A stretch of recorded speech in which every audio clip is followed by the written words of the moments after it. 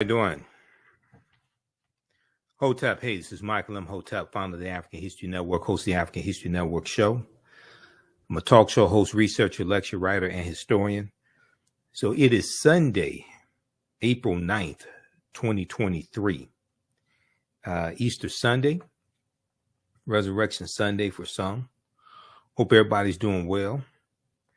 So I did a Facebook post today that got about 1,400 likes, 1,500 likes.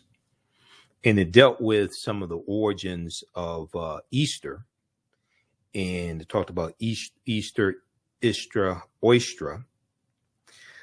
And I said we would do a broadcast tonight dealing with this history.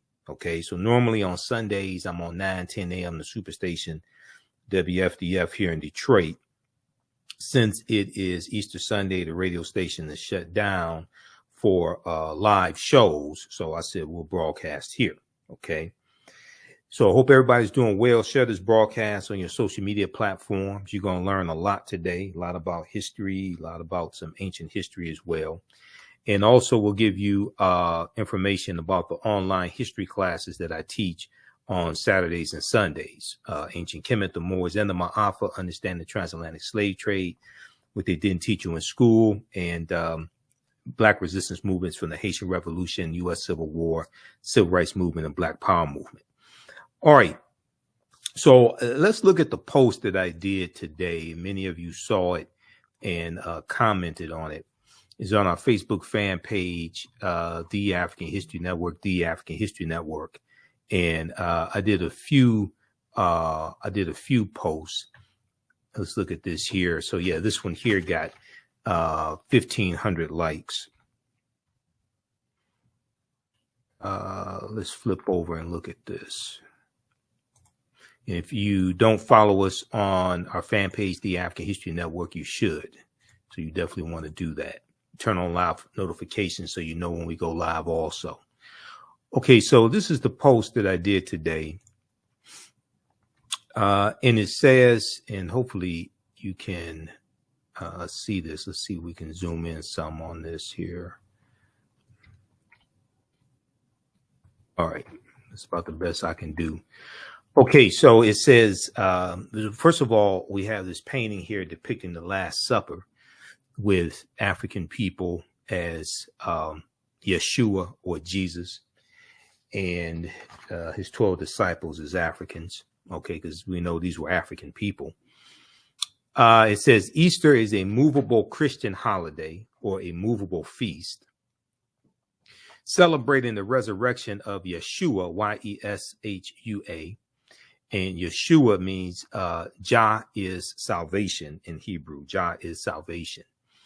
Or Jesus, which is the Greek form of Joshua, J-O-S-H-U-A. Now, Easter is celebrated on the first Sunday following the first full moon, following the vernal equinox. The first Sunday following the first full moon, following the vernal equinox. The vernal equinox, and vernal is Latin for spring, S-P-R-I-N-G. Vernal is Latin for spring. The vernal equinox marks the first day of spring, which usually comes on March 20th or March 21st. And when Easter is celebrated, is based upon astronomy. Okay, when Easter is celebrated, is based upon astronomy.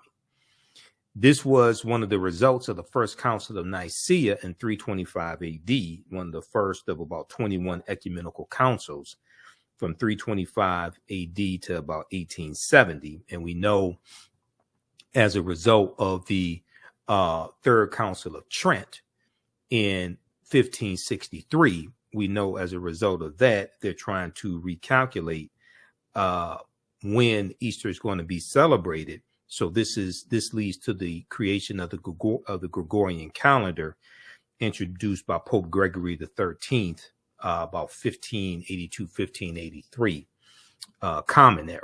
Okay, so that is the calendar that we use today. Prior to the Gregorian calendar, they were using the Julian calendar named after Julius Caesar. All right, so unfortunately, a lot of African Americans celebrate Easter, but don't know when to celebrate it, besides it being on the calendar or their pastor telling them Easter's coming up, and celebrate Easter, and we're going into Lent, the 40-day period of sacrifice, and you give up something for Lent, things of this nature. All right. Okay, so this deals with astronomy. Okay, let's continue. Now, I said that you can look up Easter in an encyclopedia or dictionary, and it would tell you when Easter is celebrated. Okay, and so we're going to deal with some of this history today. So we got 1,500 likes so far, about 274 comments, 480 shares. All right, so let's look at, let's continue. Now, whenever I speak about information like this that may be deemed controversial or something like that, I usually do my disclaimer, because I'm not telling people, especially African Americans, not to celebrate Easter. What I'm saying is that we need to know the history of what it is that we're celebrating. Okay, we need to know the history of what it is that we're celebrating. So this presentation is called Easter Origins, Pagan Traditions, Rabbits Laying Chicken Eggs, the Exodus, and Black People. Okay, Easter Origins, Pagan Traditions, Rabbits Laying Chicken Eggs, the Exodus, and Black People. And I know the 10 Commandments was on this weekend, and a lot of our people sit up every Easter and watch the 10 Commandments, and watch Yul Brynner portray Ramses II, Remetsu, and watch Ann Baxter portray Nefertari. Okay, we'll deal with that later on in the presentation. Okay, so let me flip over here just a second. Okay, so here's my disclaimer. I know I may say some things that are outside the circumference of your own awareness. Okay, just because you may disagree with it or don't like it does not mean it's not true. It just means you have to understand what it is that I'm talking about. So I usually have people put their fingers together to form a circle, and I usually say something like this: the space inside this circle represents my realm of knowledge. Everything that I think I know about whatever I think I know is represented within the circumference of this circle. I must keep in mind that there are still things to know that exist outside the circumference of my own awareness. Now, the reason why I say this is because oftentimes when people hear something that contradicts what they've been taught, what they believe, or what they think they know, they automatically reject it without doing any research to determine the validity of the new information that they're learning. And at the same time, they usually don't use that same level of scrutiny to analyze, critique, or reevaluate what it is they believe or what they think they know. So just because you know everything that you know about what you know does not mean you know everything there is to know about what you know. There's still things that exist outside of the circumference of your own awareness. All right. So those are some of the things that we're going to deal with in today's broadcast. All right. And I encourage people to read the books, African People and European Holidays and Mental Genocide by Dr. Shakamusa Barashango, book number one and book number 2, African People and European Holidays and Mental Genocide. Because in these books, he deals with the history of all these European holidays that we have been taught to celebrate. Okay. And once again, I'm not telling African Americans don't celebrate Easter, but you should at least know the history of what it is that we have been taught to celebrate. Okay. We should at least know the history of what it is we've been taught to celebrate. And once you understand the origins of what it is that you've been taught to celebrate, it may, if you decide to continue to celebrate these European holidays, it may change how you decide to participate in it because you have more information. And I've studied the history of all these European holidays. That's why most of them I don't celebrate. Mother's Day, Father's Day, yeah, I do that. But Christmas, Easter, Valentine's Day, Thanksgiving. Now we may get together with family for Christmas and Easter and the Thanksgiving or Misgiving Day. We may get together with family. Yeah, we should get together with family on those days, but we have to do have a better understanding of what it is that we're taught to participate in. Okay, it's just like during St. Patrick's Day. I posted here on our fan page, the African History Network. I said, if you celebrate, if you wear green on St. Patrick's Day, will you wear red, black, and green on African Liberation Day? If not, why not? Which is May 25th, African Liberation Day. Okay. So we've been taught to celebrate these holidays going back to when we were children. And even as adults, we really don't understand the history, what it is we've been taught to celebrate. Okay. So let's look at some history dealing with Easter. And we're going to look at a few different sources here. And you don't have to take my word for any of this. Proper documentation ends all conversation. Okay. You can go research this yourself. This is why I'm going to give you sources to go research this yourself. All right. So Easter is a movable feast. We're going to look at what determines when Easter is celebrated. Why is it on a different date each year?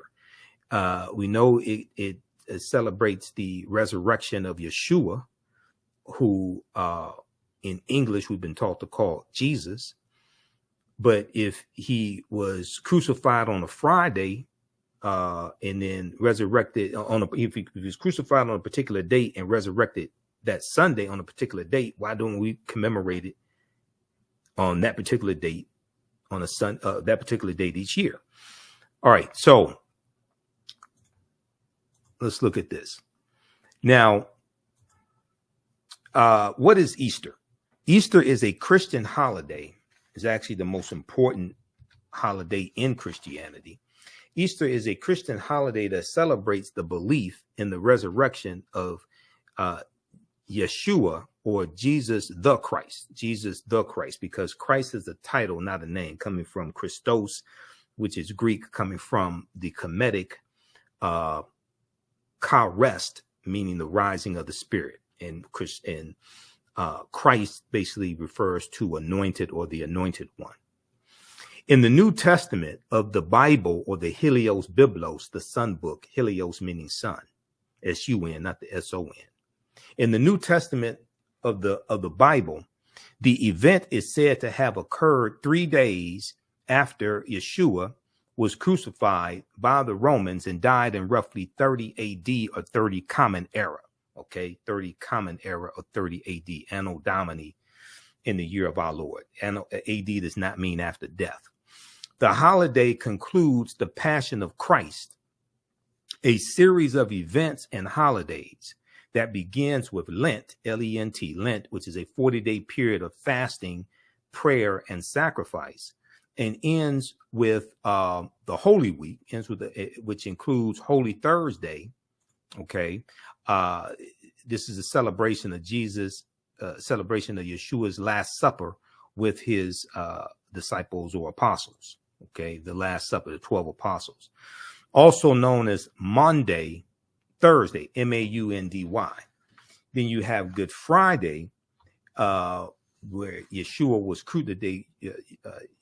crucified. So you have Good Friday, was this the observation of the crucifixion of Yeshua or Jesus. And then you have Easter Sunday, which many people today call Resurrection Sunday. Okay, Resurrection Sunday.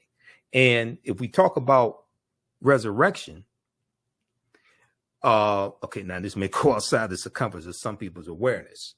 Okay, so when we talk about resurrection, the first one to be resurrected, we know, was Assar.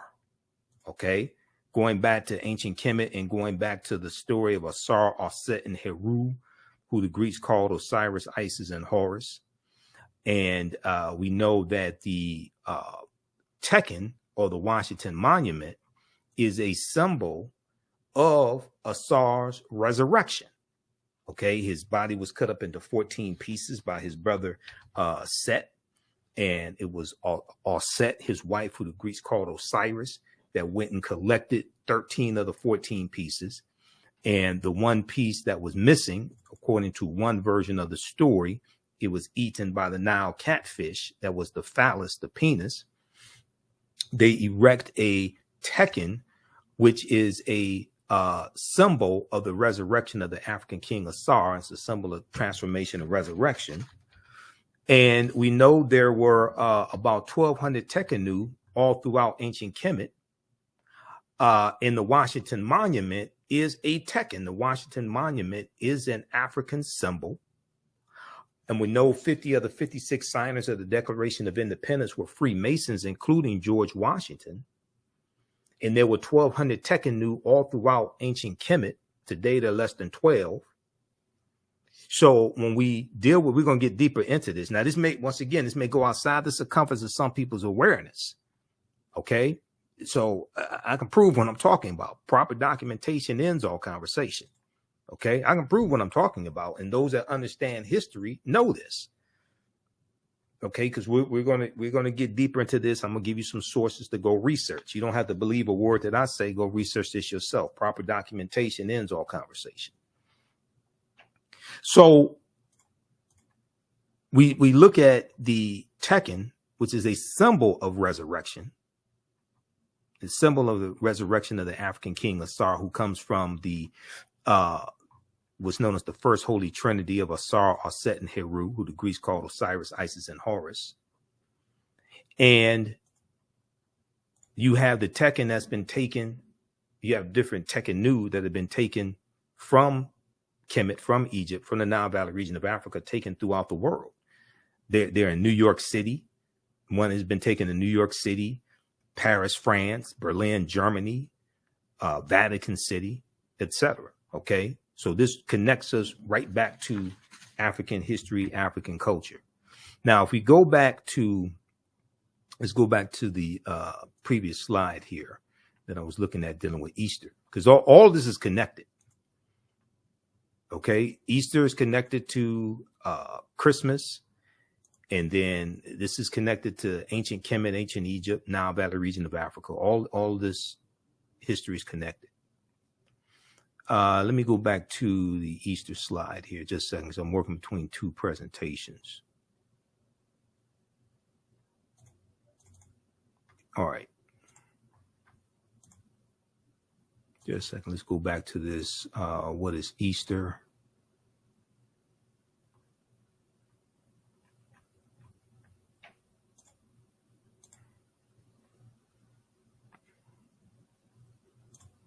All right, hold on. Okay, here we go. Got to put that back into presentation format.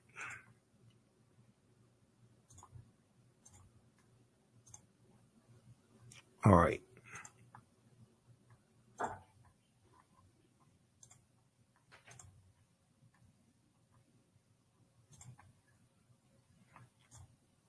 Okay, just a second here. Let me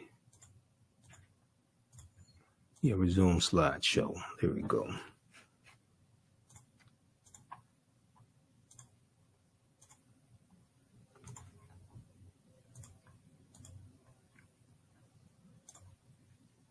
All right, give us a thumbs up, give us a heart, give us a like on this broadcast also. Invite your friends to tune in as well.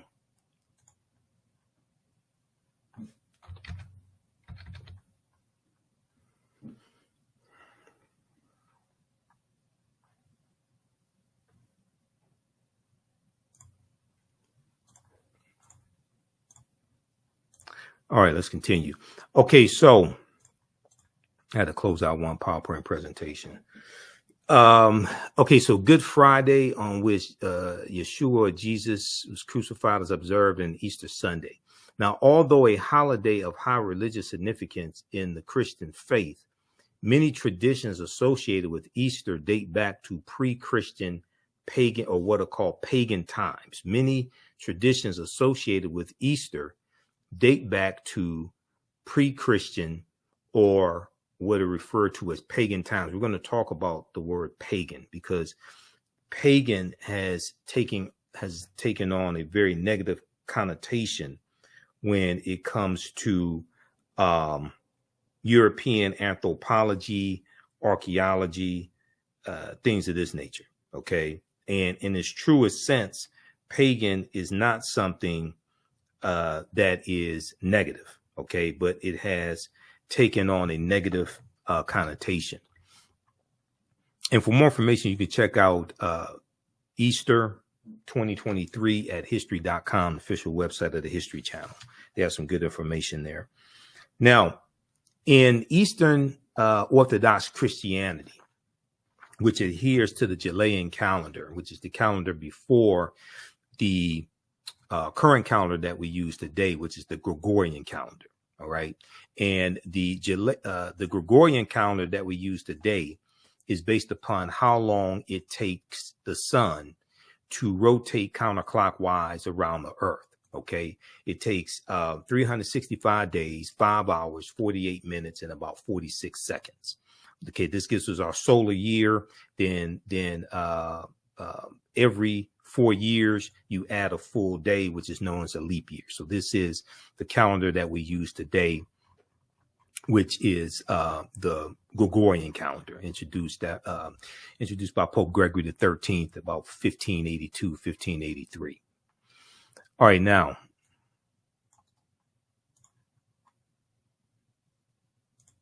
All right, let's continue.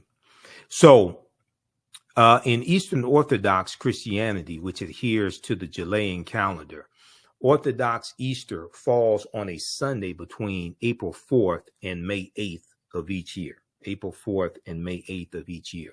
In some denominations or Protestant Christianity, Easter Sunday marks the beginning of Easter tide, or what's known as the Easter season. Easter tide, or what's known as the Easter season.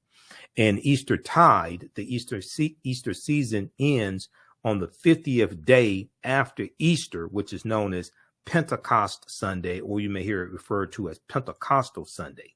Okay, so this is 50 days after Easter.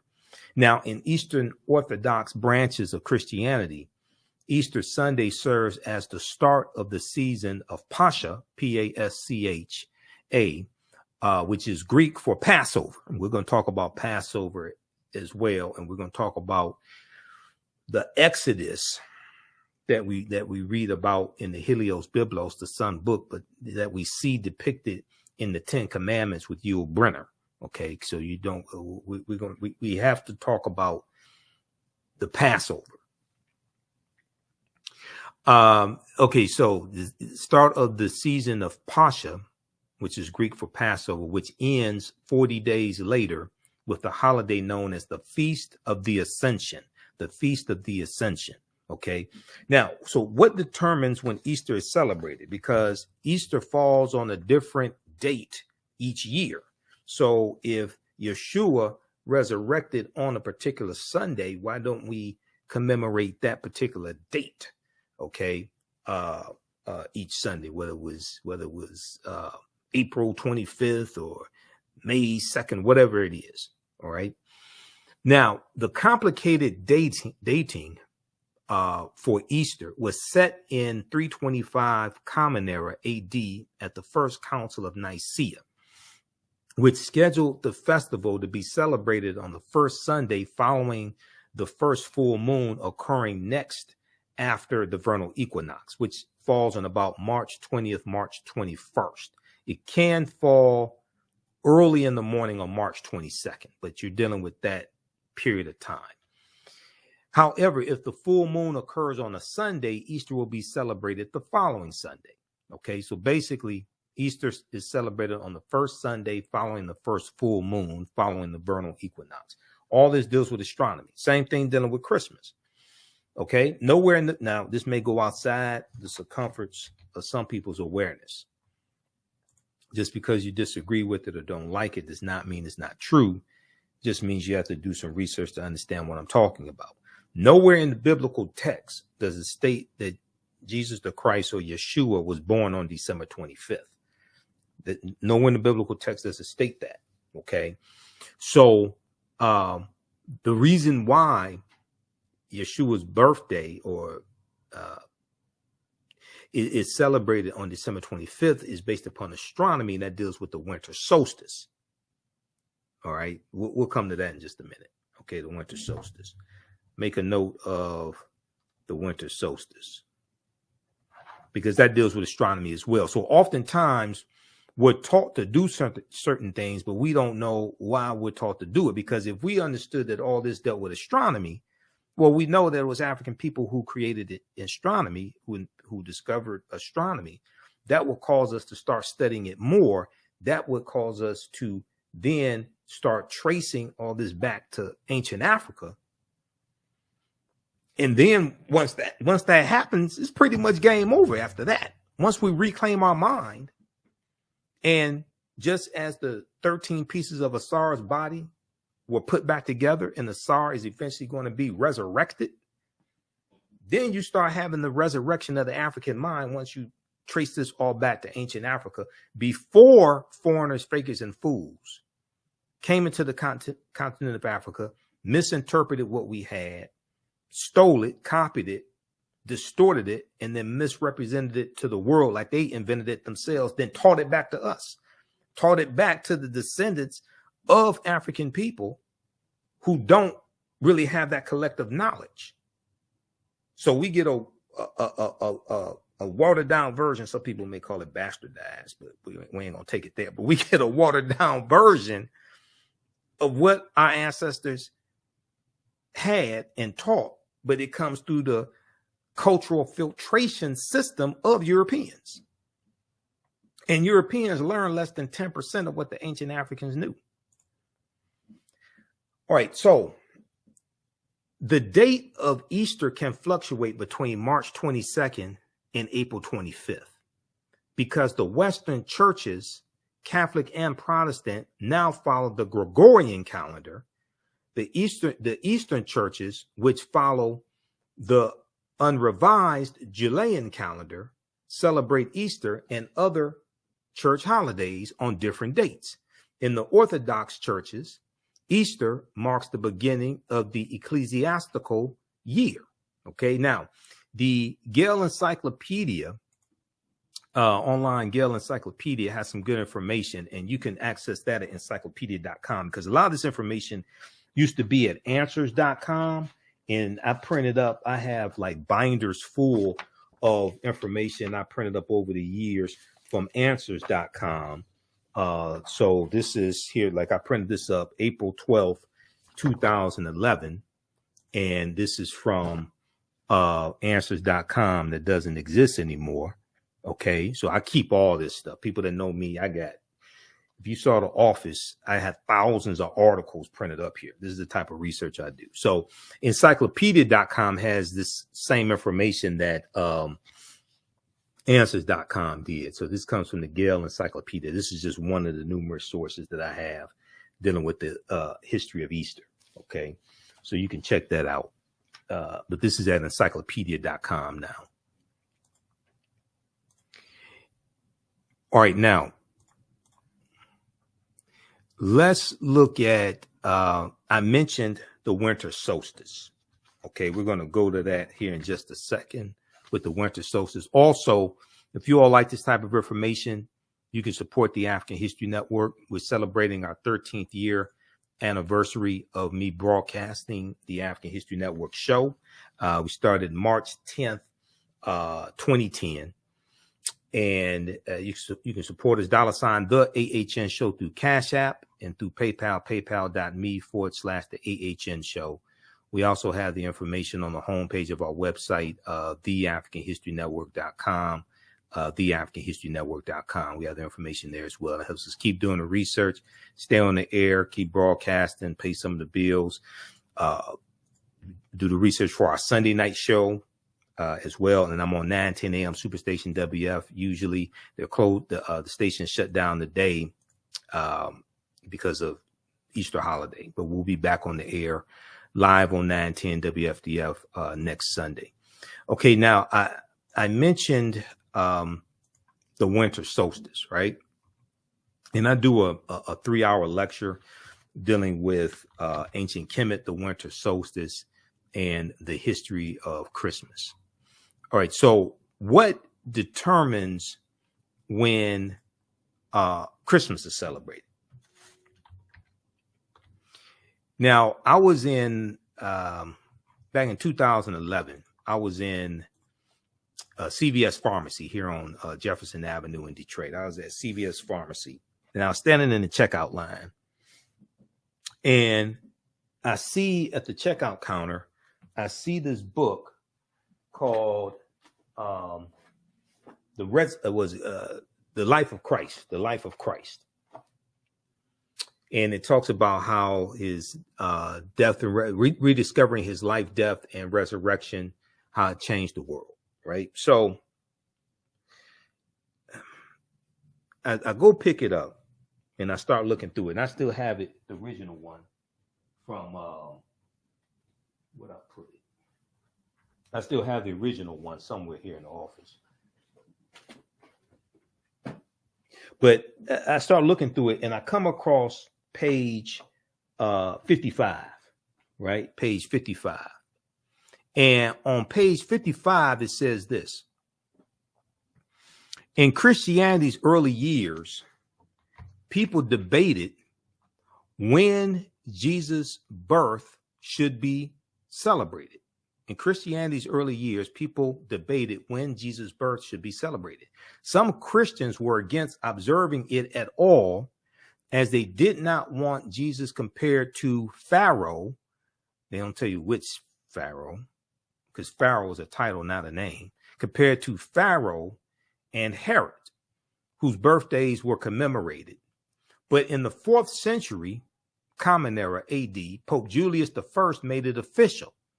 Christ's birth would be celebrated on December 25th, referring to Yeshua or Jesus the Christ, because Christ is a title, not a name. And in the Helios Biblos, it is referred to as Jesus of Nazareth. Okay, but the title, the name, the word Christ is a title, so it's Jesus the Christ. Now, December 25th was already considered the birthday of the Son, not the S-O-N, but the S-U-N, the Son of God, not the S-O-N, but the S-U-N. Using the technology available at the time, ancient astronomers observed that on December 25th, the days started getting longer again. They recognized the date as the winter solstice. The winter solstice, when the sun is born again each year. So the winter solstice, so what happens is around December 21st, the sun moves into its lowest point in its journey throughout the 12 constellations. And from December 22nd, 23rd, 24th, it appears that the sun does not move. The sun stands still, or the sun is dead for 3 days. Then on December 25th, the Son of God, not the S-O-N, but the S-U-N, moves 1 degree northward. And this is known as the birth date of the Son of God, or the rebirth of the Son. And each subsequent day, starting with December 25th, there's more and more sunlight. There's the duration of sunlight each day increases, starting with December 25th. So December 25th in ancient times, or the equivalent to December 25th on whatever calendar you're looking at, that was looked at as the rebirth of the Son, or the Son of God. Okay. And this is dealing with the winter solstice. This all deals with astronomy. All right. Now, the Romans celebrated the birthday of the god Sol Invictus, S-O-L. S-O-L, that word Sol means sun, S-U-N. Sol Invictus in Latin means unconquered sun.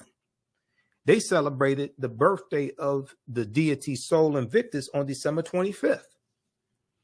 The day was also recognized as the birthday of Mithra, the sun deity of the ancient Persians, and December 25th was also the birthday of Attis, A-T-T-I-S, an agricultural deity or god worshipped in Asia Minor. By choosing December 25th, the Christian church avoided upsetting the masses.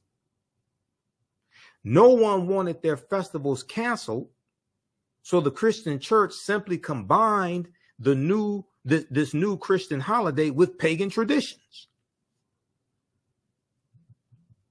So as the Romans are conquering people and bringing more people under control of the Roman Empire, they're incorporating into the Christian celebration. They're incorporating into the Christian celebration what people are celebrating that they're conquering, what people are already celebrating that they're conquering. They're incorporating that into it. And that's one of the ways you get people to accept your cultural traditions and your ideologies, by incorporating aspects of what they are already celebrating into what you are imposing upon them. So they see similarities, it's something familiar to them, and they're less likely to fight against it or rebel against it.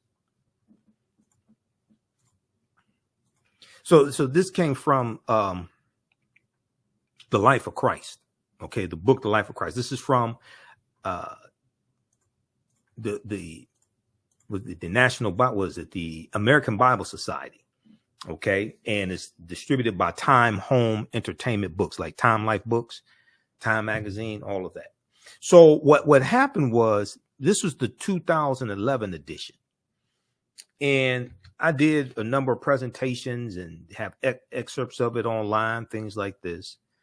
And I bought this book. This book was like $12. I bought this book specifically for what's on page 55, because I said, people are not going to believe this. I already knew this history, okay, from numerous sources. I mean, you read Christianity Before Christ by Dr. John G. Jackson. He breaks this history down there, and Tony Browder talks about it in Nile Valley Contributions to Civilization. All right, and I've got Christianity Before Christ right around here. I just saw it before we started the broadcast. So yeah, right here, Christianity Before Christ by Dr. John G. Jackson. So what happened was, a sister reached out to me who watches my broadcast. This was probably about 2012. She said that she purchased the new edition of this, which was like the 2012 edition. She purchased that, and the information that's on page 55 was not in that new edition. Okay, not the singing group, not Ronnie, Bobby, Ricky, and Mike and Johnny, not the singing group, but the new edition of the book, the 2012 edition. They ain't had that information in there. Okay, because I was telling people, go get this book. You ain't gonna believe this. They're telling you where this stuff comes from. All right, now they've come out with a new version. And I bought this last year. I bought this in April of 2022. Now, this is called The Resurrection of Jesus. I haven't had time to scan this one. The Resurrection of Jesus. Okay. This is about, well, how much I pay for this book? $13, $14, something like this. Yeah, $13.99. Now, in this one, and I got this from CVS also. This is put out by, okay, Centennial Bible. But this is one of those expensive books you see at the checkout stand at CVS. Now, in this one, on page, what page was that? They actually talk about Assar, and Heru.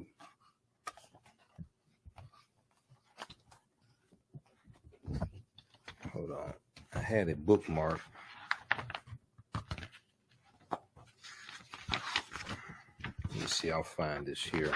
Because what they said was, and they actually had a picture of Offset, and they're trying to separate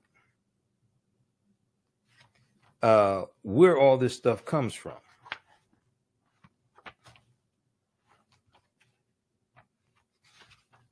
Just a second, let me find. Oh, right here. Here we go. So this is on page 67, and this is the 2022 edition. it says pagan mythology and resurrection, the differences.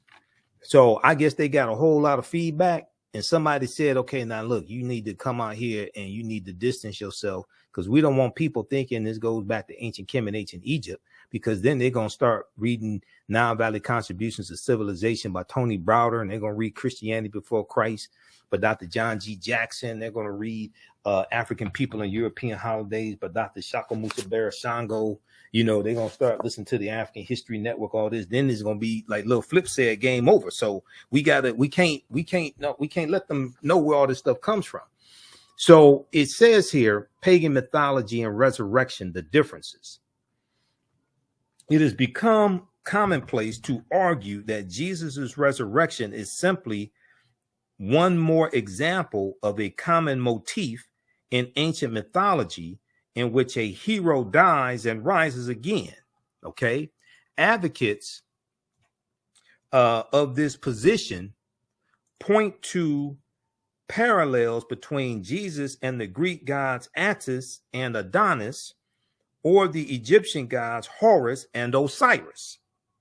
But a deeper inspection shows the parallels are forced. They say the parallels are forced, and the resurrection account of Jesus bears little resemblance to these mythological fables.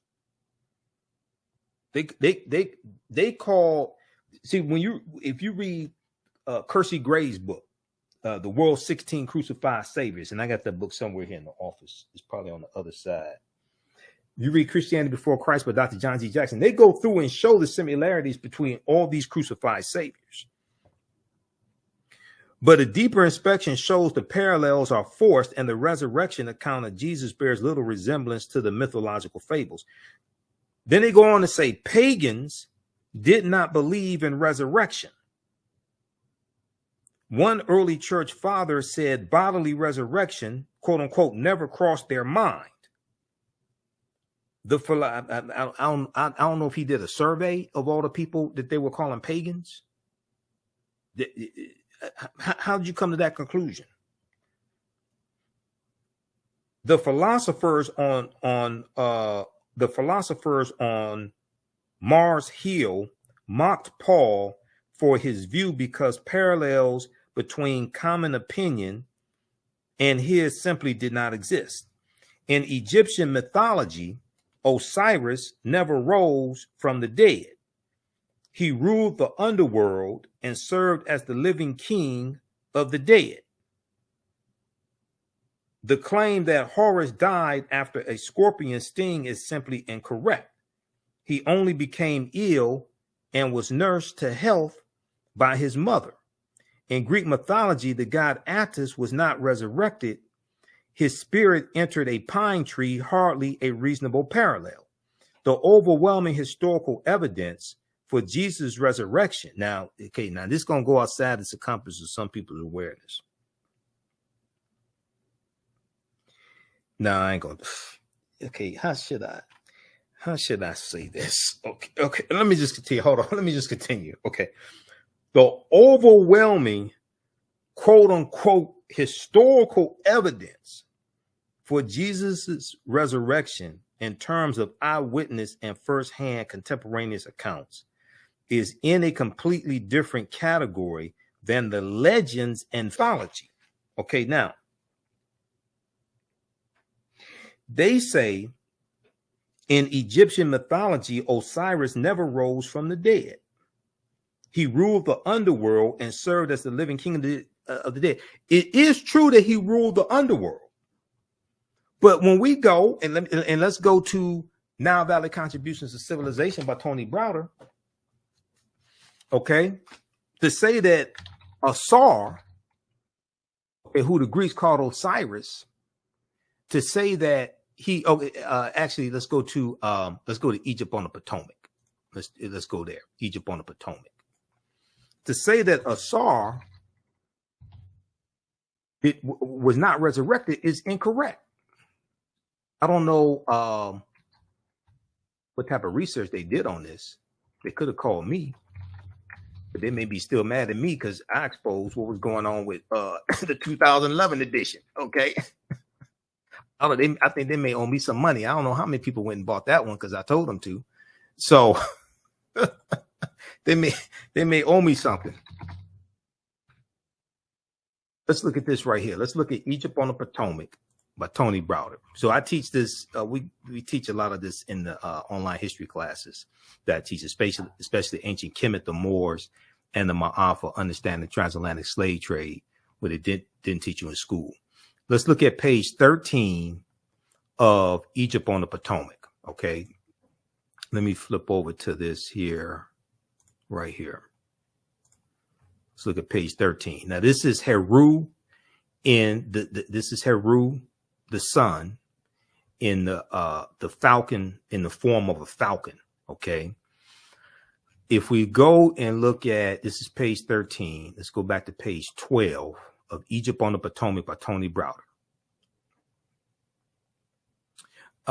It deals with Assar impregnating, the spirit of Assar impregnating Set after Assar was killed by his brother Set.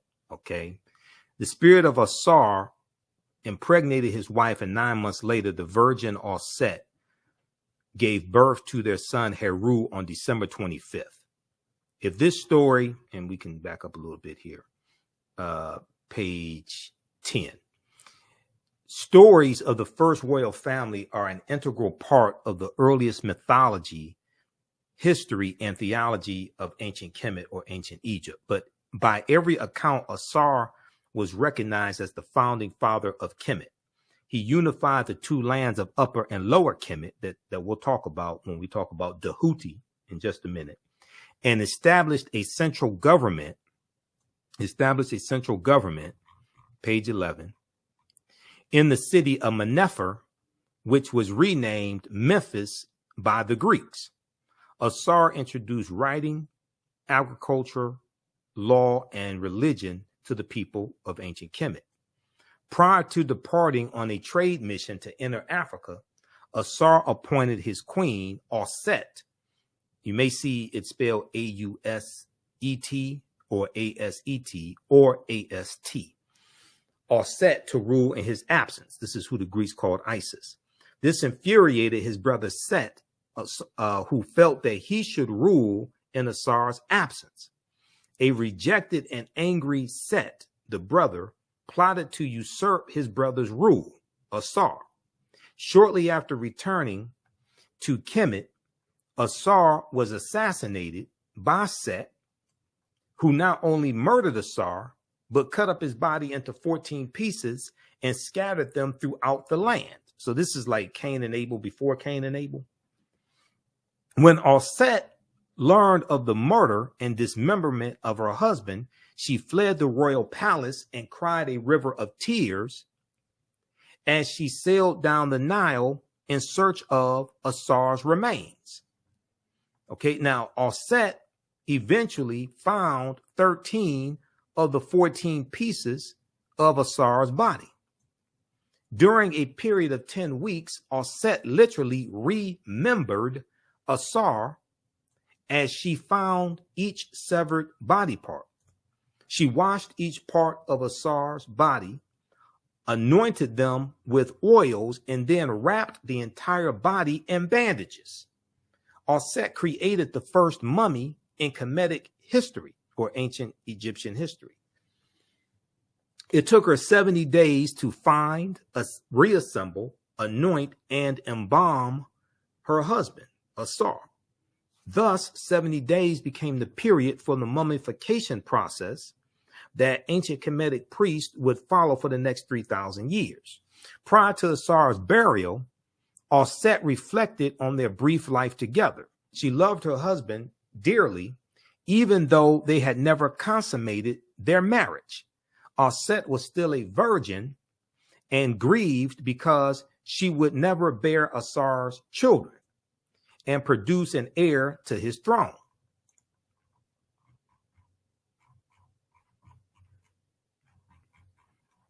All right, let's see here.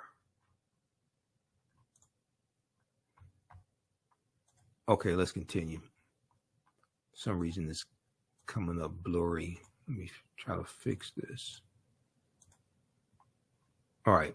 Now, the resurrected, okay, let's see here. Let's back up. Prior to Assar's burial, Set reflected on a brief life together. She loved her husband. Set was still a virgin and grieved because she would never bear Assar's children and produce an heir to his throne. That's page 11. Let's go to page 12. Miraculously, the spirit of Assar answered his wife's prayers and visited her body and visited her before he was laid to rest. This is the spirit of Assar. The spirit of Assar impregnated his wife, and 9 months later, the virgin Set gave birth to their son Heru on December 25th. If this story sounds familiar, it is because it has been modified and retold by many cultures for over 5,000 years. Yet it is the first story in recorded history of the impregnation of a virgin by a Holy Spirit and of a virgin birth. We're going to deal with more information on that, because Browder talks about this in Nile Valley Contributions to Civilization, also page 95. Now, throughout his youth, Heru, the son, was told of the great deeds of his father as he was gradually prepared to pursue his life's work to avenge the murder of Assar and reclaim his father's kingdom. As an adult, Heru confronted his uncle Set and defeated him after a protracted battle. Now, this is where it's the Assarian drama. It's called the Assarian drama. This is where the story of Star Wars comes from with George Lucas. This is where the story of Star Wars comes from. And Luke Skywalker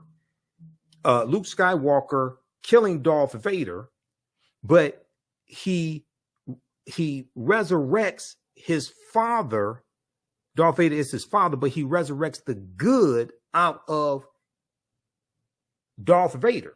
So he, at the end, when you watch Return of the Jedi, because you have the trilogy before they came out, all these other movies, you had the trilogy, Star Wars, Empire Strikes Back, and Return of the Jedi.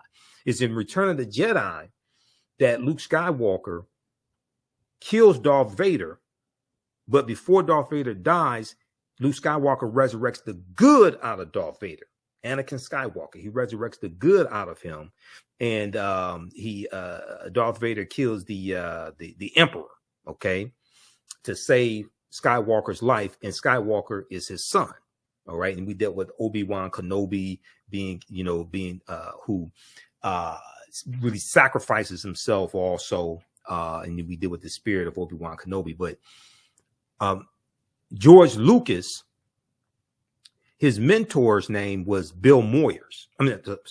Joseph Campbell. Joseph Campbell wrote a book called The Power of Myth, and Joseph Campbell taught George Lucas about all these different mythologies from different cultures. One of them was dealing with Assar, Set, and Heru. This is where this comes from. In the Jedi Knight, I interviewed Professor Kabahaya Kamene about this back in like 2015, 2016.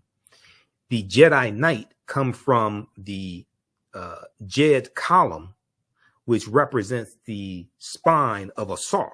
Okay, so there's an African origin to Star Wars. There's an interview that Bill Moyer did with George Lucas that gets into a lot of this and gets into the mythology, things like this. Okay, now let's continue. All right, now, throughout his youth, Heru was told of the deeds of his father.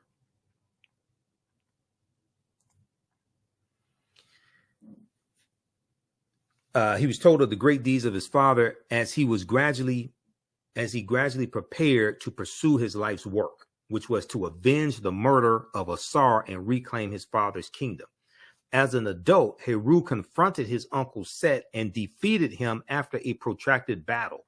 According to the ancient myth, after the battle, the victorious Heru was transformed into a falcon and flew into heaven to tell his father of his victory over Set. When Heru returned to Kemet and reclaimed his father's throne, Assar was resurrected. Assar was resurrected. Assar was resurrected, and his spirit ascended to the throne of judgment, where he presided over the souls of the deceased who appeared before him. Okay, he sits on the throne of judgment, and you have the famous scene called the judgment scene. But Assar was resurrected. Okay, this is page 12 of Egypt on the Potomac by Tony Browder. Okay, now in the page 67 of the Resurrection of Christ, the world's greatest hope. Okay, I'm not saying don't buy the book. You can buy the book. I bought it. Okay, so I'm not going to tell you don't buy it, and I bought it. You could, but here on page 67, where they said pagan mythology and resurrection, the differences, they said Assar was not resurrected. That's false. Assar's spirit was resurrected. They said Assar was not resurrected. That's false. And I surmise that they said Assar was not resurrected, because then if you admit that this is an ancient resurrection story before the story of Yeshua was resurrected, then people are going to go and ask their pastor, wait a second, why aren't you teaching us this? They're going to go ask the minister, why aren't you teaching us this? They're going to start doing some research. But if you can throw them off the trail and say, oh, that didn't happen, well, then you can misdirect them. Okay. And I'm not saying don't read the Bible. Yeah, we should read the Helios Biblos. I got one right here. See, I have a study Bible. New King James Study Bible. This was New King James Internet, New King James Study Bible. Okay. New King NKJV, New King James Version Study Bible. The Study Bible has 2,000 pages, and it came with a CD-ROM. So I bought this back in April 5th, 2009. Okay, April 5th, 2009. It came with a CD-ROM also, because this gives a deeper understanding. See, the devotional Bible, my devotional Bible, is like 400 pages. The New King James Study Bible, which was $40 back in 2009, I don't know what it is now. It's probably $140, something like that with inflation. I don't know. This is 2,000 pages. It gives you deeper understanding, word definitions. Gives you like geographical understanding, different background. It's a much deeper understanding. The devotional Bible is the Bible that people sit up in church and look at when the pastor talks and they say amen and hallelujah, things like this, and don't know what he's talking about. Okay, that's the devotional Bible. All right. Okay, let's continue here. Amen coming from the Amen priest and priestesshood, also coming from ancient Kemet as well. Okay, I don't want to get too deep into this, but so some people, so this is going to start causing people to ask questions, right? You don't have to believe a word that I say. Go do your own research. This is why I provide you with the sources. Proper documentation ends all conversation. And if I can get you to start asking questions, then you start seeking out answers. Okay. If we look at this piece right here, and I talk about this in my classes, there's a good article, but there's a good paper that deals with what's called the mystery religions. The mystery religions. And it talks about the influence of Assar, and Heru, or what the Greeks called Osiris, Isis, and Horus. It talks about this, right? Now, it's not written by Dr. Yosef Ben Yakinen. It's not written by Tony Browder or Professor James Small or Dr. John Henrik Clark or Professor Kabahai Walter Kamene or Dr. Ray Hagins, anything like that. It's not written by them. It's written by Dr. Martin Luther King Jr. when he was at Crozier Theological Seminary between November 29th, 1949 and February 15th, 1950. The name of this paper that Dr. Martin Luther King Jr. wrote is called The Influence of the Mystery Religions on Christianity. The Influence of the Mystery Religions on Christianity. Okay, now this is at the Stanford University. This is at Stanford University's Martin Luther King Jr. Research and Education Institute. All right. So long story short, I don't have time to get through the whole paper. But when we look at this here, what he is talking about is the influence on Christianity of these different mystery religions that are a retelling of the same story of the virgin birth, adoration, annunciation, then a resurrection of a savior. So he talks about the influence of Osiris and Isis. The influence of Osiris and Isis. Dr. Martin Luther King Jr., 1949-1950, said the Egyptian mysteries of Isis and Osiris exerted considerable influence upon early Christianity. Exerted considerable influence upon early Christianity. He said these two great Egyptian deities whose worship passed into Europe, because they were worshipped in Europe also, not just in Kemet, not just in Egypt. They were revered not only in Rome, but in many other centers where Christian communities were growing up. See, this is where you get the worship of the Black Madonna and Child from all throughout Europe, because Europeans were worshiping African people. And the European country that probably has the most statues and paintings, references to the Black Madonna and Child, would probably be France, with about 300 of them. To this day, about 300 of them. Osiris and Isis, so the legend runs, were at one and the same brother and sister, husband and wife, which is true. And they had never consummated their marriage. But Osiris was murdered, his coffin body being thrown into the Nile River. And shortly afterwards, the widowed and exiled Isis gave birth to a son, Horus. This is who the Greeks call Horus or Heru. Meanwhile, the coffin was washed up on the Syrian coast and became miraculously lodged in the trunk of a tree. This tree afterwards chanced to be cut down and made into a pillar in the palace at Byblos.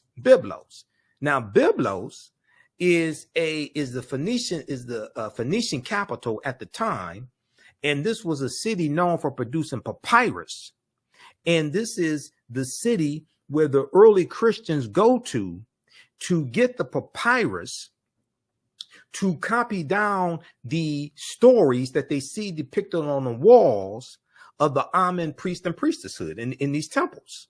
Okay, and they copy these stories down and put them into a book. After recovering Osiris' dismembered body, Isis restored him to life and installed him as king in the netherworld. Meanwhile, Horus, having grown to manhood, reigned on earth, later becoming the third person of this great Egyptian trinity. Okay, so read the rest of this. I don't have time to get through the whole paper from Dr. Martin Luther King Jr. This is why I tell people we haven't studied Dr. King. And every Dr. King Day, we disgrace him with these watered down, trying not to cuss, with these watered down Dr. King Day celebrations sponsored by corporate America. And I can listen. I know a lot of people mean well, but I can listen to them tell they ain't never studied Dr. King. He was a black revolutionary. And I'm like, at least if you're going to read one thing about Dr. King, at least read his last book, Where Do We Go From Here? Chaos or Community, because he wrote 5 books. So when I see people, I know they mean well, but they keep doing these watered down,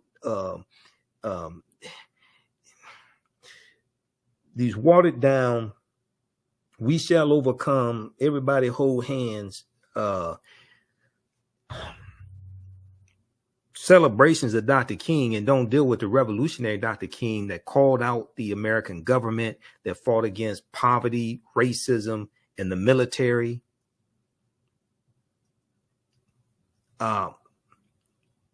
And toward the end of both of their lives, Dr. King and Malcolm X's ideologies were converging. So when you read this book here by James H. Cone, Martin Malcolm in America, a Dream or a Nightmare. He goes through and shows you passages from their speeches and interviews, things like this, toward the end of both of their lives. Their ideologies were converging. And Malcolm, when Malcolm leaves the Nation of Islam, he officially separates March 8th, 1964. And then March 26, 1964, Malcolm meets Dr. King at the U.S. Senate debate for the Civil Rights Act of 1964. And they just meet for a couple minutes. Malcolm tells Dr. King, I'm throwing all of my heart into the effort of the civil rights movement, because Malcolm joins the civil rights movement when he leaves the Nation of Islam. And one of the themes of the Ballot or the Bullet that he delivered at least 3 times that I know of, March 29th, 1964 in Washington Heights, New York, April 3rd, 1964 at Corey Methodist Church in Cleveland, Ohio, and April 4th, 1964 at the historic King Solomon Baptist Church here in Detroit. One of the themes of the Ballot or the Bullet was interjecting Black nationalism into the civil rights movement. He was talking about radicalizing the civil rights movement. He talks about registering African Americans as independents. He's not telling people don't vote. He's saying push to get something tangible for your vote, but he's talking about registering African Americans as independents. And then you read a speech from June 28th, 1964, his by any means necessary speech, where he announces the formation of the Organization of Afro-American Unity. That's a revolutionary speech, because he lays out the five planks of the OAAU's platform. And one of them is dealing with politics. Okay. Being politically educated, registering people to vote as independents, voting intelligently. He talks about education. He talks about economics. Blackpast.org has the transcript of that speech. Everybody needs to read it, because most of us really haven't done a good job of studying either Dr. King or Malcolm X.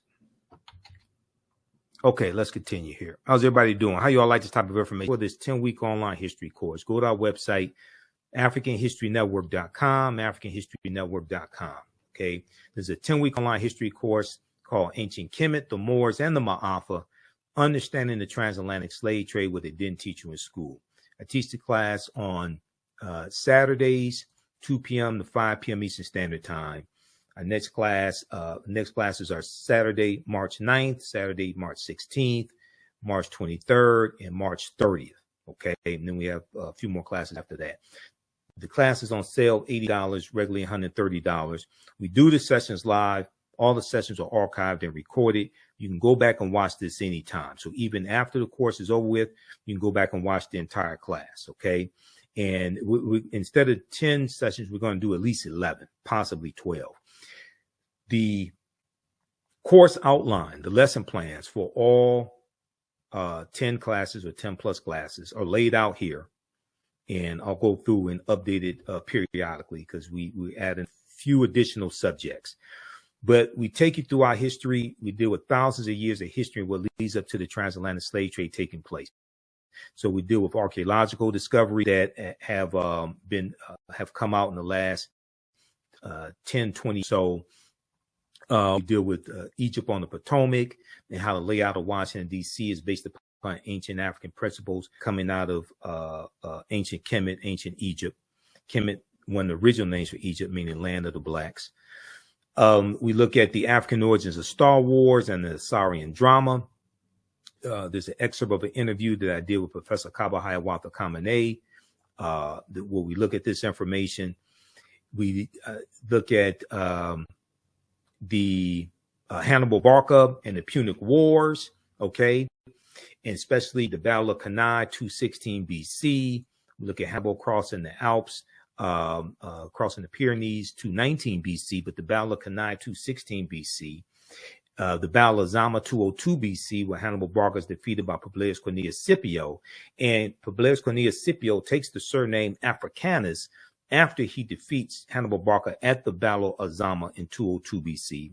Africa is not named after a Roman general. The Roman general took the surname Africanus after he defeated Hannibal Barca. And we know that Africanus is Latin, meaning belonging to Africa. It's Latin, meaning belonging to Africa. We look at the 800-year occupation of the Europes of the Africans known as the Moors, who take the teachings from the Nile Valley region of Africa into Europe. And this is going to bring Europe out of the Dark Ages. Okay. And we see the rise of Spanish conquest. We look at Christopher Columbus, and Columbus is essential to the expansion of the transatlantic slave trade and the exploitation of indigenous people and the exploitation of African people also. Okay. So we go through and look at this history chronologically. We also look at the fake Willie Lynch letter 1712. Willie Lynch never historically existed. Wish we would just throw the Willie Lynch letter in the garbage can where it belongs. It's ahistorical. There are words in the Willie Lynch letter that didn't even exist in the early 1700s. Okay, the sentence structure, the syntax is not what they is not coming from England. That's a 20th century sentence structure, and their words from the 20th century, from the industrial and the automotive industry, things like that are in that letter. That was written about 1970 by Dr. Kwabena Ashanti, who's come out and admitted he wrote the Willie Lynch letter, and is Professor Manu Ampim, who I'll be interviewing later this month, who exposed Dr. Kwabena Ashanti as the author of the Willie Lynch letter. It's a fraud. Dr. Kwabena Ashanti meant well, but I think it's done more harm than good. Okay, so you can register for that course at our website, AfricanHistoryNetwork.com. All right, let's continue here. And I posted the information here in the thread of the broadcast as well. You can also email us through the website if you have any questions. Right here where it says contact the African History Network, you can email us through the website right there. You can email us also, okay? And if you want to support us through PayPal or Cash App, let's see, we have a preview of the class here, and we have information for the African History Network show, Sundays, 9 p.m. to 11 p.m. Eastern Standard Time. We broadcast on my social media platforms. And we have our audio podcast on iHeartRadio, iTunes, Castbox, FM Player, TuneIn. It's about 9 different audio podcast platforms. Okay. And you can support us also through PayPal and Cash App right here. $ the AHN show through Cash App, $ the AHN app. Click on the link here. Takes you to our Cash App QR code. And I had to create this graphic because some people set up fake African History Network Cash App accounts. So these other ones out here are fake ones. Our tag is $ the AHN show, SHOW, and it may show my picture when you go to it also. But we have, click here on the link. We have the actual QR code, and this is our, you can support us through PayPal also, paypal.me/the AHN show. All right, let's continue here. And let's look quickly here, some of your comments. One pretty boy 11 said, good to see you and hear you, Mike. He must be a Kappa. Okay. He must be a pretty boy Kappa. Jonna Matthews gave us about 1,400 thumbs ups. And we've got Wilbur, Sana, Eliab C. One pretty boy said facts. Let's see, who's this? Cynthia Clark said Dr. King was woke, #love. Dr. King was brilliant. Ishmael Abdul said real interesting. We've got Cameron watching also. Sunflowers said good evening, everyone. And Rachel W said Rachel from Detroit, Michigan, sending love to all. Okay. All right, let's continue.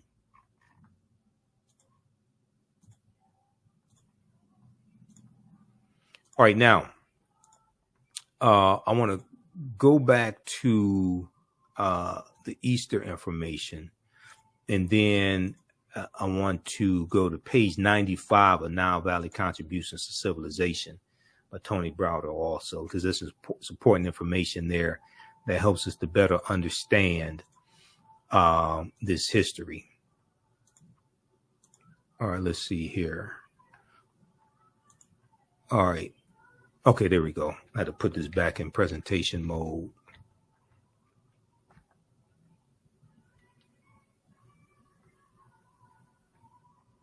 All right, stand by. I'm trying to get back to this here. There we go. All right.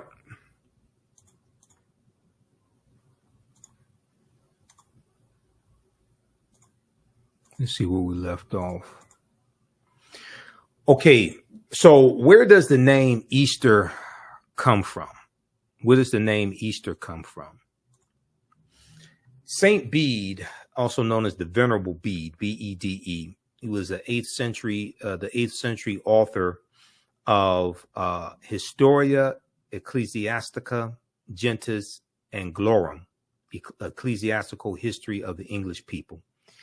He maintains that the English word Easter, E-A-S-T-E-R, the English word Easter comes from Eostre, E-O-S-T-R-E, or Eostre, E-O-S-T-R-A-E, who was the Anglo-Saxon goddess of spring and fertility. The Anglo-Saxon goddess of spring and fertility. Now, other historians maintain that the word Easter derives from in albis, A-L-B-I-S, a Latin phrase that's plural for alba, A-L-B-A, or dawn, D-A-W-N. And they say that they believe that those alba in albis became Eostarum, E-O-S-T-A-R-U-M, in Old High German. And Old High German is a precursor to the English language today. I'm going with Venerable Bede. The Venerable Bede's explanation makes more sense. Despite its significance as a Christian holy day, many of the traditions and symbols that play a key role in Easter observances actually have roots in pagan celebrations,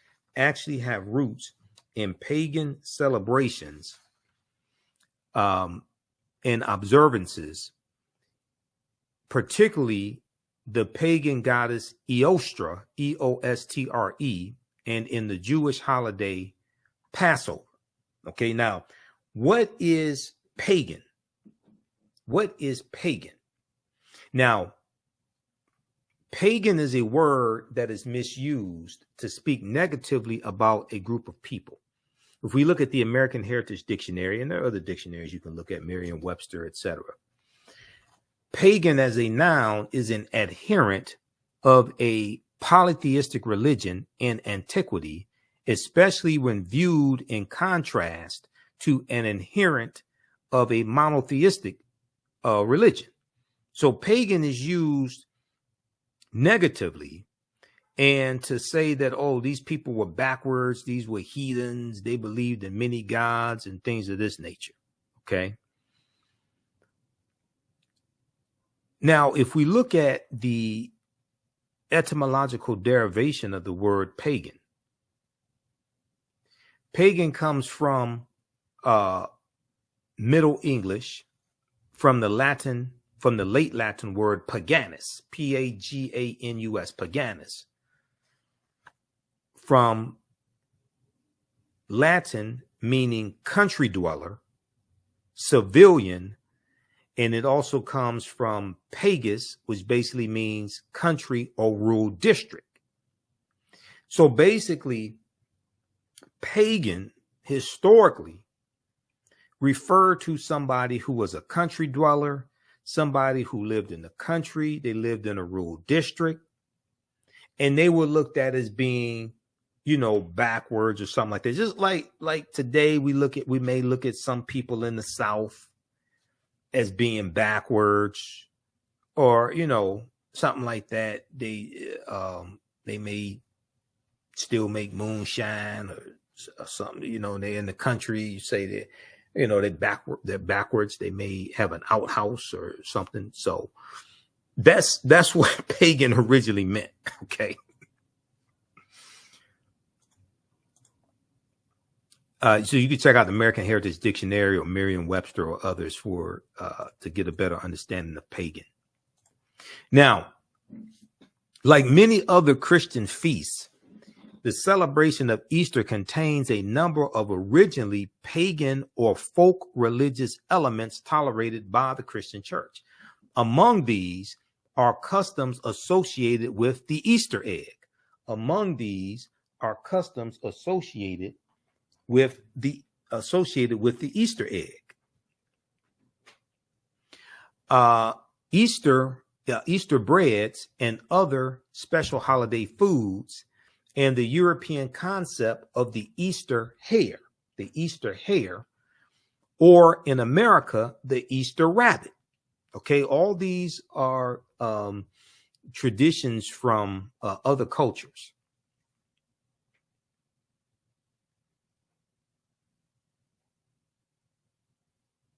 Now,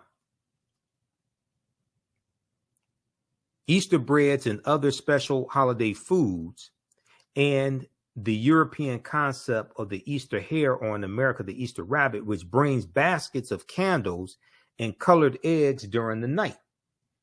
Now, somebody will probably ask the question, well, why do rabbits lay chicken eggs? Why do rabbits lay chicken eggs? What does this have to do with Easter?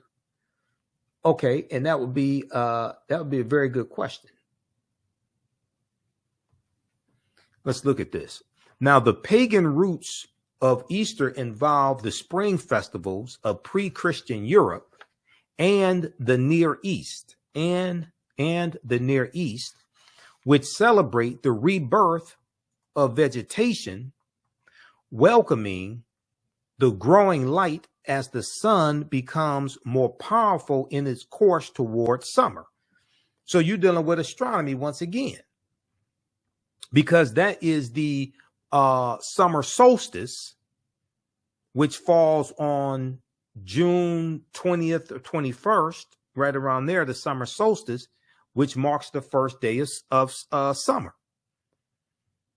Now, it is significant that in England and Germany, the church accepted the name of the pagan goddess Easter, E-A-S-T-R, and the Anglo-Saxon name is Eostra, E-O-S-T-R-A, I should say, Eostra, E-O-S-T-R-A. Her name has several meanings, and they accepted her name for this new Christian holiday. In Mediterranean Europe, Italy, Spain, and France, Christianity adopted Pascha, P-A-S-C-H-A, a word derivative of Passover, from which comes the adjective paschal for things pertaining to Easter, such as the paschal lamb. Okay, and paschal is Greek. Okay, Pascha is Greek for Passover. All right, now,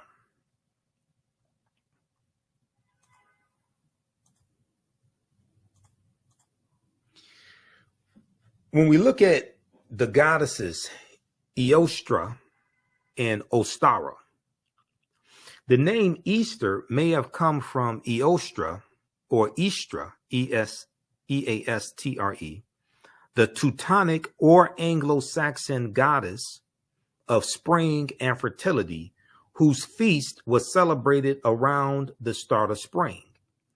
She is associated with the hare, H-A-R-E, which is a large rabbit, and egg, both symbols of creation.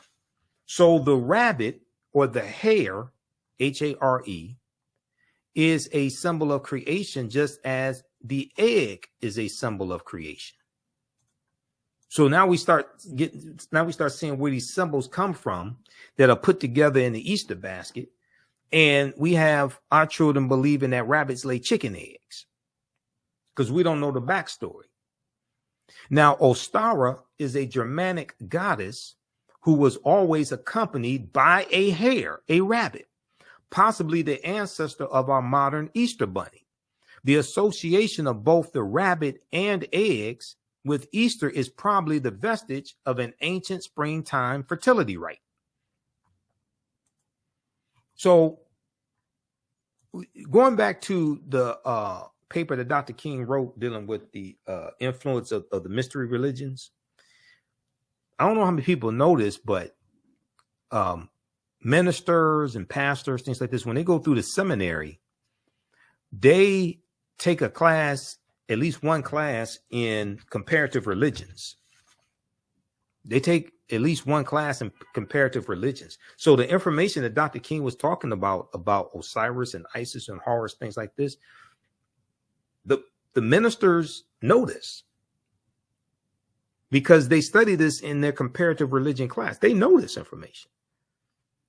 Now, how much they let you know that they know, well, that's another story. Some of them will readily admit it. Others may act like they don't know what you're talking about or something, but they know this. So we have to, next Sunday, people are going to have a lot of questions. They may have a lot of questions. You may take notes and go ask your pastor or Bible study, your Bible study class Wednesday night. Ask these questions. That's not to challenge anybody. That's to get a better understanding. That's why in Bible study, you use a study Bible. Okay, you use a study Bible, not a devotional Bible in Bible study class, because it's designed to gain a deeper understanding, not to memorize passages, but to gain a deeper understanding. And if you take the stories of the Helios Biblos and trace them back, a lot of these stories trace back to ancient Kemet, ancient Egypt, trace back to Sumer, different Mesopotamia, different things of this nature. It'll reconnect African people to who we are. All right, now Fat Tuesday. We hear about Fat Tuesday, right? What is Fat Tuesday? Or Mardi Gras, okay? It's an occasion of great festivity and merrymaking. Let's see. Shrove Tuesday celebrated as a holiday in many places with carnivals, masquerade balls, and parades of costume merrymakers. And it comes from the Mardi Gras comes from the French mardi, meaning Tuesday, plus gras, meaning fat, from the feasting on Mardi Gras before the Lenten fasting season. Okay, now I want to go to, let's look at this here. I saw some comments earlier today, and people were talking about Ishtar, the goddess Ishtar. And there's memes floating around on social media that try to say that Easter is named after Ishtar, okay, which is false. So let's look at this piece here from Scientific American called Beyond Ishtar, the tradition of eggs at Easter. Beyond Ishtar, the tradition of eggs at Easter. And let me pull this up here. Where is this? I thought I had this. I think I have it up here. Yeah, this one right here from Scientific American. This is from March 31st, 2013.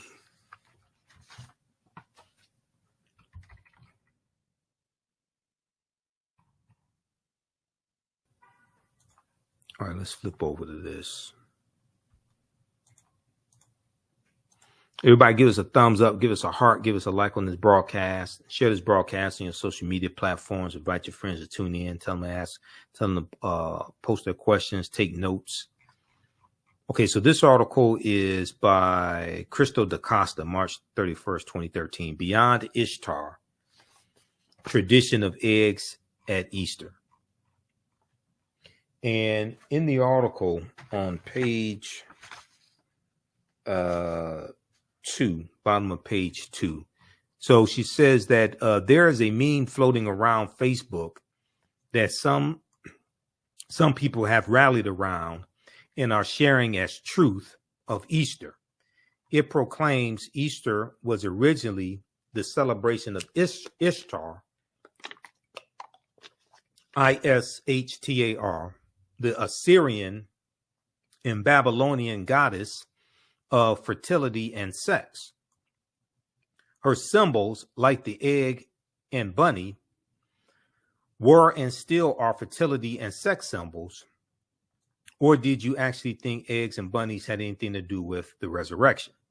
After Constantine decided to Christianize the empire, Easter was changed to represent Jesus, but at its roots, Easter, which is how you pronounce Ishtar, is all about celebrating fertility and sex. So this is like misinformation floating around on Facebook and probably other social media platforms.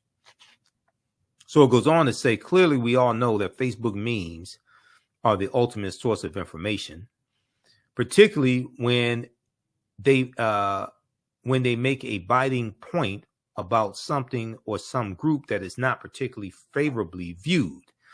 But it is well known that under the Roman Empire, Christianity did indeed adopt the pagan tradition, pagan rituals of conquered peoples, as we already talked about, in an effort to help convert them. It worked very well. It worked pretty well as a strategy, as it allowed the conquered peoples to continue a semblance of their observances as they remembered, and with time, the population would be replaced with those who only knew the new traditions. So the elders die out, and then you have the children who don't know the traditions, who don't know the ways of their ancestors, and they just buy into the new traditions imposed upon them by the conquerors, by the colonizers.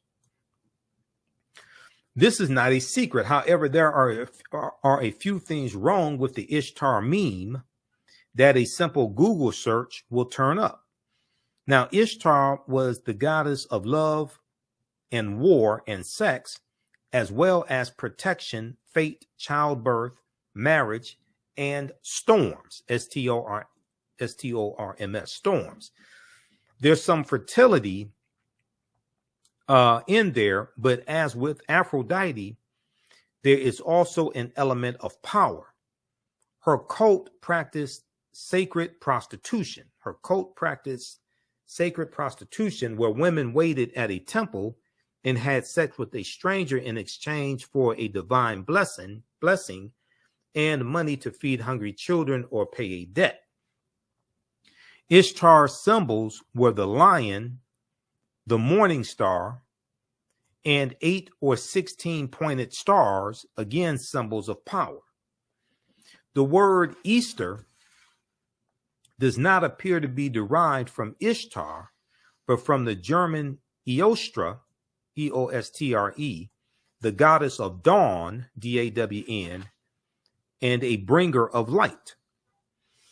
English and German are in the minority languages that use a form of the word Easter to mark the holiday. Elsewhere,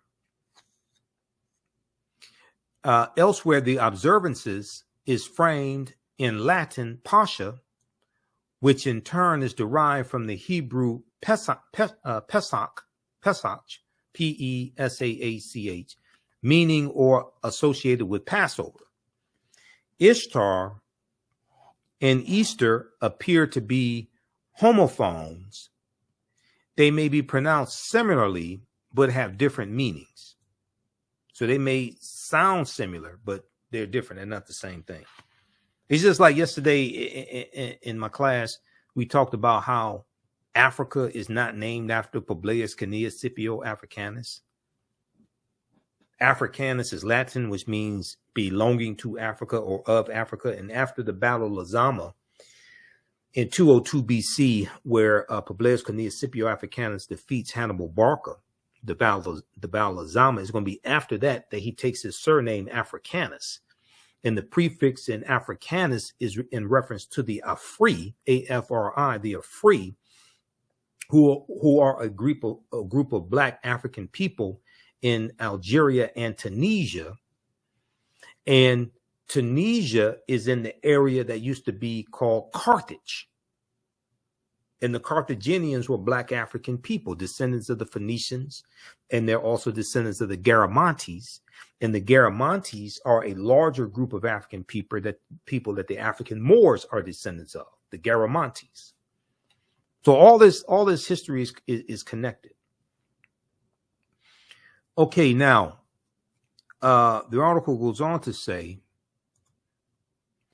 our helpful meme places the egg in Ishtar's domain, but Ishtar doesn't seem to be connected to eggs in any explicit way.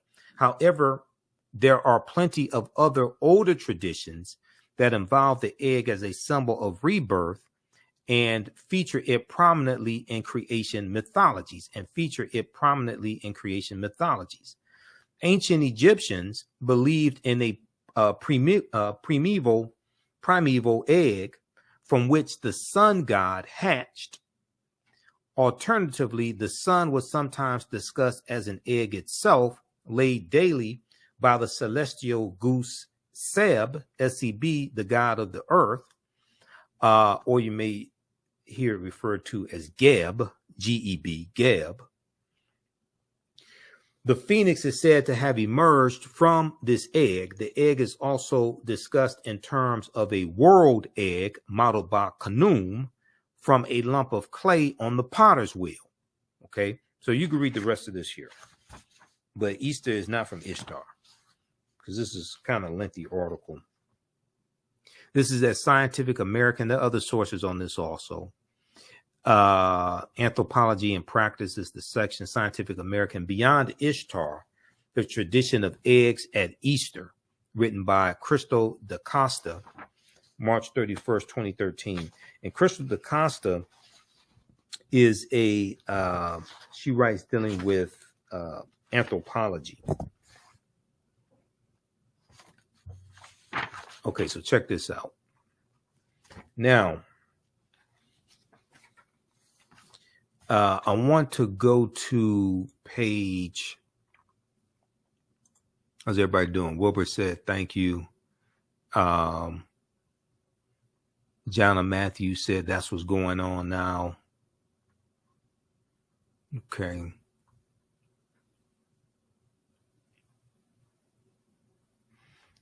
All right. Let's continue here. I want to go to page 95 of Nile Valley Contributions to Civilization by Tony Browder.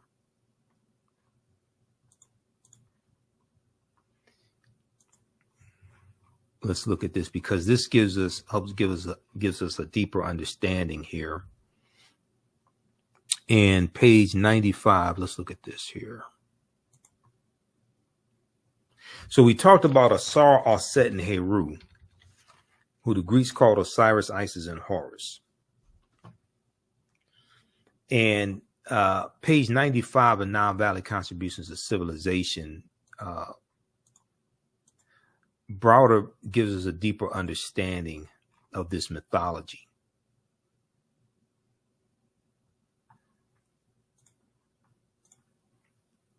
And he said, do I have the zoom in? Did I zoom in on this? Okay. He says that the story.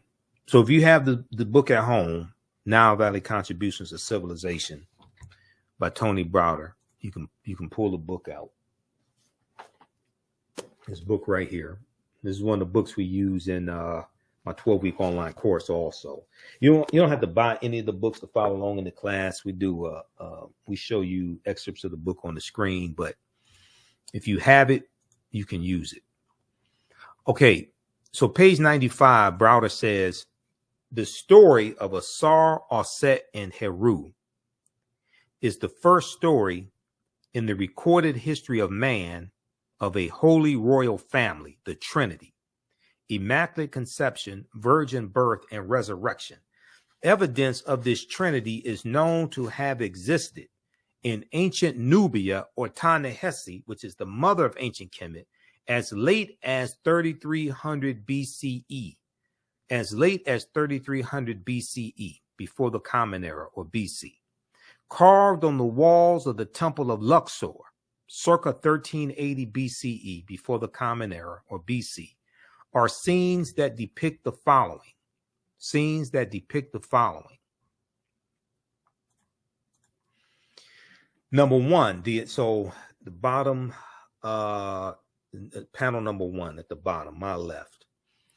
The Annunciation, the Neter Dehuti, who the Greeks called Thoth, is shown announcing to the virgin Auset the coming birth of their son Heru, or who the Greeks called Horus, as Dr. Martin Luther King Jr. explained in his book dealing with the influence of the mystery religions on Christianity. Now, so this is the Annunciation. We've all heard of the Annunciation. The second panel depicts the Immaculate Conception. The Immaculate Conception. The Neter Neph, K-N-E-P-H, who represents the Holy Ghost, and the Neter Het Heru, who the Greeks called Hathor, are shown symbolically impregnating Auset, or Isis, by holding the Ankh, which is the symbol of life, or the African symbol of eternal life, holding ankhs to the nostrils of the virgin mother to be Auset. This is the Immaculate Conception. Number three, the third panel at the top, you see the virgin birth. Auset is shown on the birthing stool, and the newborn child is attended by midwives. The birthing stool, because we had enough sense to know that it made more sense for the woman to sit on the birthing stool, let gravity take its course, than just to lay on your back and try to push the baby out. Okay, so they're depicting the birthing stool and attended by midwives. Number four, the adoration.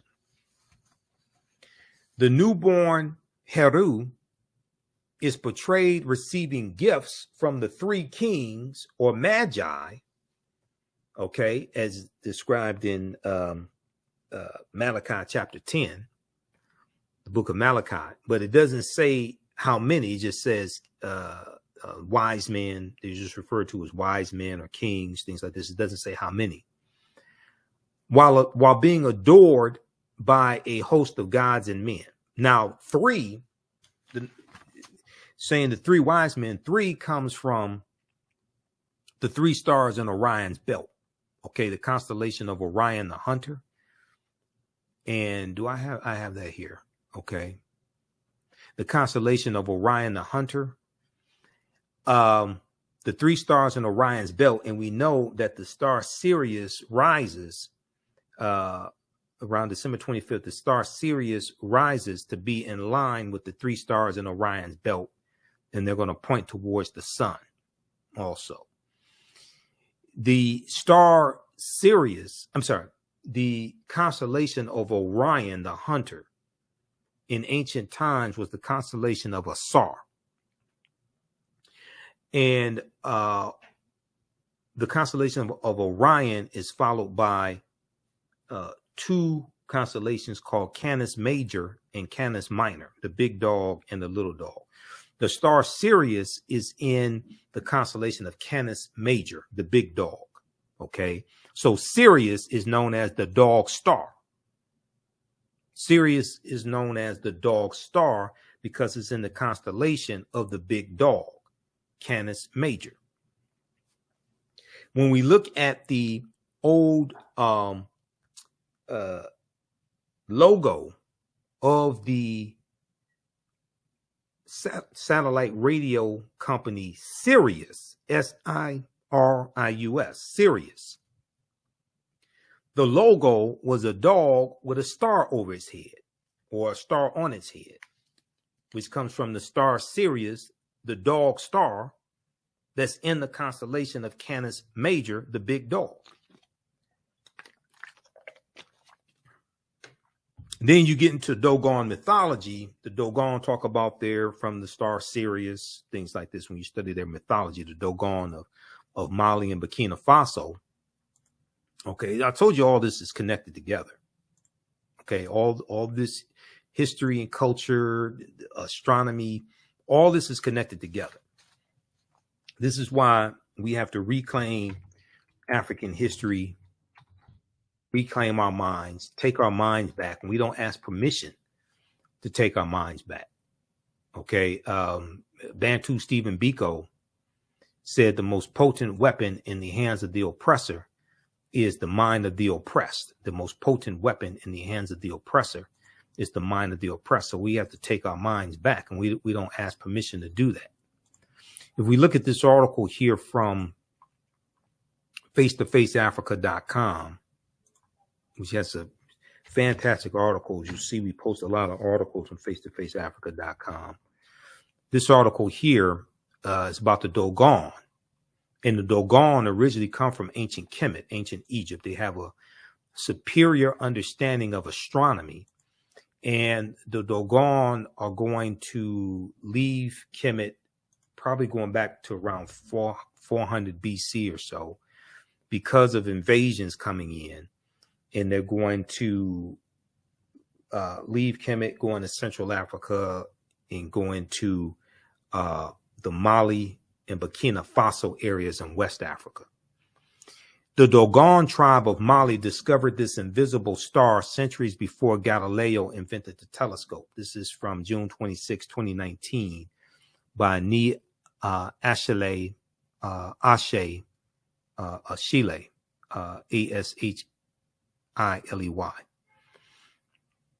Here is a picture of a Dogon, probably man, wearing one of the Dogon masks. The Dogon tribe is a community of people living in present-day Mali. Their original point of migration to their present locale is not known. However, some scholars have traced their ancestry to the ancient Egyptian Empire. They are about 300,000 in population, occupying about 700 villages, with an average of about 500 inhabitants per village. The Dogon tribe possesses a rich oral history and knowledge of astronomy. A rich oral history and knowledge of astronomy, and this dates as far back as 3200 BC. As far back as 3200 BC. According to the oral tradition of the Dogon tribe, the star named Sirius A, the brightest star in the night sky with a bluish tinge, Sirius A, has an invisible companion star scientists have named Sirius B. So the Sirius A and Sirius B star system. Sirius A is in the constellation of Canis Major, the big dog, Sirius A. This companion star is not only invisible to the naked eye, but also completes a trip around Sirius A every 50 years. Okay, they show Sirius A, Sirius B, and you see Sirius B is much smaller. Okay, now the Dogon have had knowledge of Sirius A and Sirius B going back thousands of years. Now, knowledge of the presence of Sirius B as an invisible companion star to Sirius A and its orbit has been with the Dogon tribe for long, and it has been incorporated into their oral literature as well as customs and ceremonial rituals since the days of antiquity, long before Galileo is reported to have invented the telescope in 1609. Sirius B, the invisible companion star of Sirius A, remained unseen until a large telescope was used to photograph it in 1970. Okay, so European astronomers basically didn't know about Sirius B until like 1970. But even before the invisible star was captured in the night sky by the telescope, Marcel Griaule and Germain Dieterlen, two French scientists are reported to have recorded information on the presence of Sirius B in the sky from 4 different Dogon priests, Okay. So they're getting this information from the Dogon, who already know about this. According to a Dogon oral tradition, a race of beings from the sky named Nomos gifted them with the knowledge of Sirius B.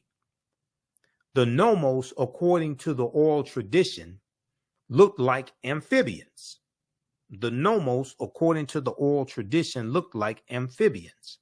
They came down to the Dogon in what resembled an ark, and also taught them many things concerning their own solar system. Facts that were observed years after Galileo is recorded to have invented the telescope. Okay, I think they mean facts before Galileo is recorded to have invented the telescope. It is always interesting to discover how advanced in knowledge, skill, and wisdom the ancient African tribes were, and the extent of their immense contribution to world civilization. If modern day indigenous Africans, persons of African descent, and the world at large will accord some respect and patience in a genuine bid to learn from the continent of Africa, her insights and highly guarded secret teachings can and will be made available for the healing of the world. Okay, you can read the rest of this article here. So I'm running out of time. The Dogon tribe of Mali discovered this invisible star centuries before Galileo invented the telescope. Now, when you study Benjamin Banneker, and Benjamin Banneker did the surveying for the layout of Washington, D.C., and the layout of Washington, D.C. is a copy of the layout of ancient Kemet. And this is what our brother Tony Browder breaks down in Egypt on the Potomac. Okay, his book, Egypt on the Potomac. This is one of the reasons why we use this book in our class. Okay, because I know Browder personally. I've interviewed him a number of times. Fantastic book. Benjamin Banneker, it's believed that Benjamin Banneker's grandfather, I think it was his grandfather, it's believed his grandfather was Dogon. And Benjamin Banneker had a superior knowledge of astronomy. Okay?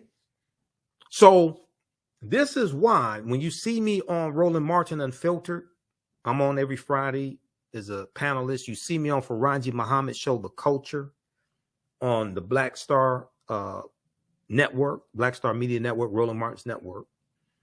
You watch the African History Network show.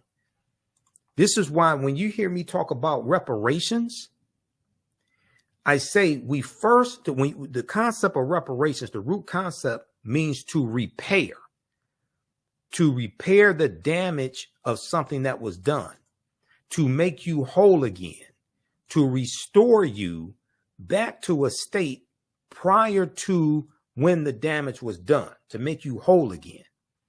This is why I say to repair the damage, you first have to analyze who African people were and what African people had before we were put into an institution of chattel slavery that stripped us of African history, culture, language, spiritual systems, family ties, nationality, folklore, mores, cosmology, all of that, our land.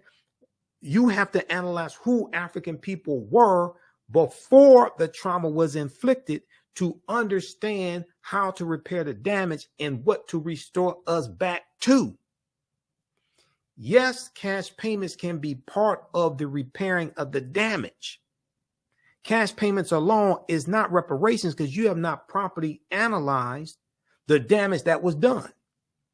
What we should be striving for is to be restored back to the status of our ancestors.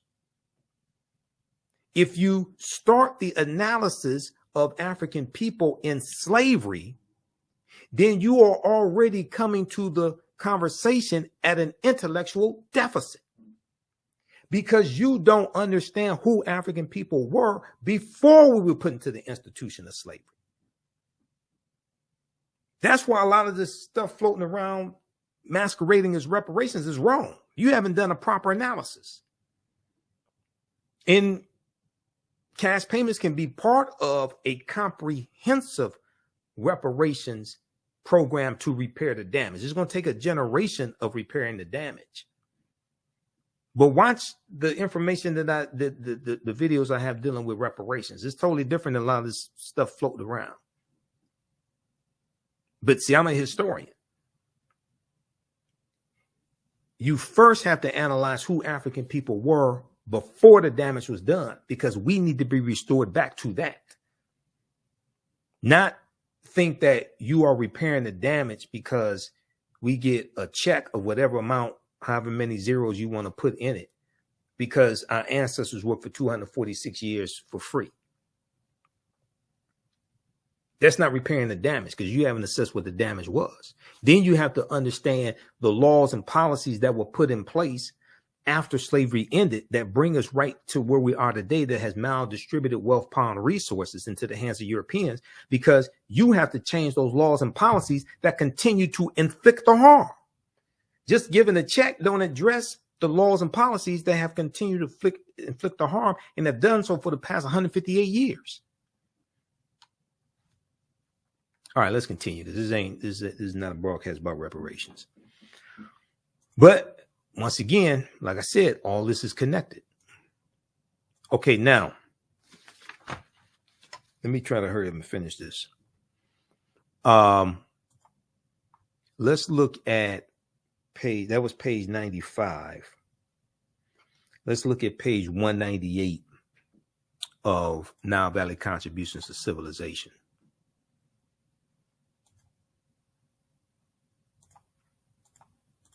Because page 98 deals with, let me see, let's go to this. I want to go to, no, I want page 168, I should say. Page 168 deals with, that's 95. This is 168 right here. This deals with understanding how ancient Kemetic deities influenced the deities of the Greeks and the Romans. And it talks about Dahuti, who we just saw on page 95, who delivered the Annunciation to Auset, that she was going to give birth to Heru. Okay, so we see Dahuti here, the ibis-headed netter, who carries two staffs. And if we look at this here, okay, Dahuti, the netter of science, writing, measurement, divine articulation of speech, and medicine, holds in his hands two staffs with entwined snakes. Okay, two staffs with entwined snakes. Each staff has a snake wrapped around it. One serpent wears the crown of Upper Kemet, Upper Egypt, and the other wears the crown of Lower Kemet, Lower Egypt. Dahuti was referred to as Thoth by the Greeks. Now, the second deity is Hermes amongst the Greeks. Hermes was the Greek equivalent of Dahuti, who is shown carrying a staff which has two entwined snakes, a staff which has two entwined snakes. It was called the staff of Hermes, Hermes, Hermes. In Greek mythology,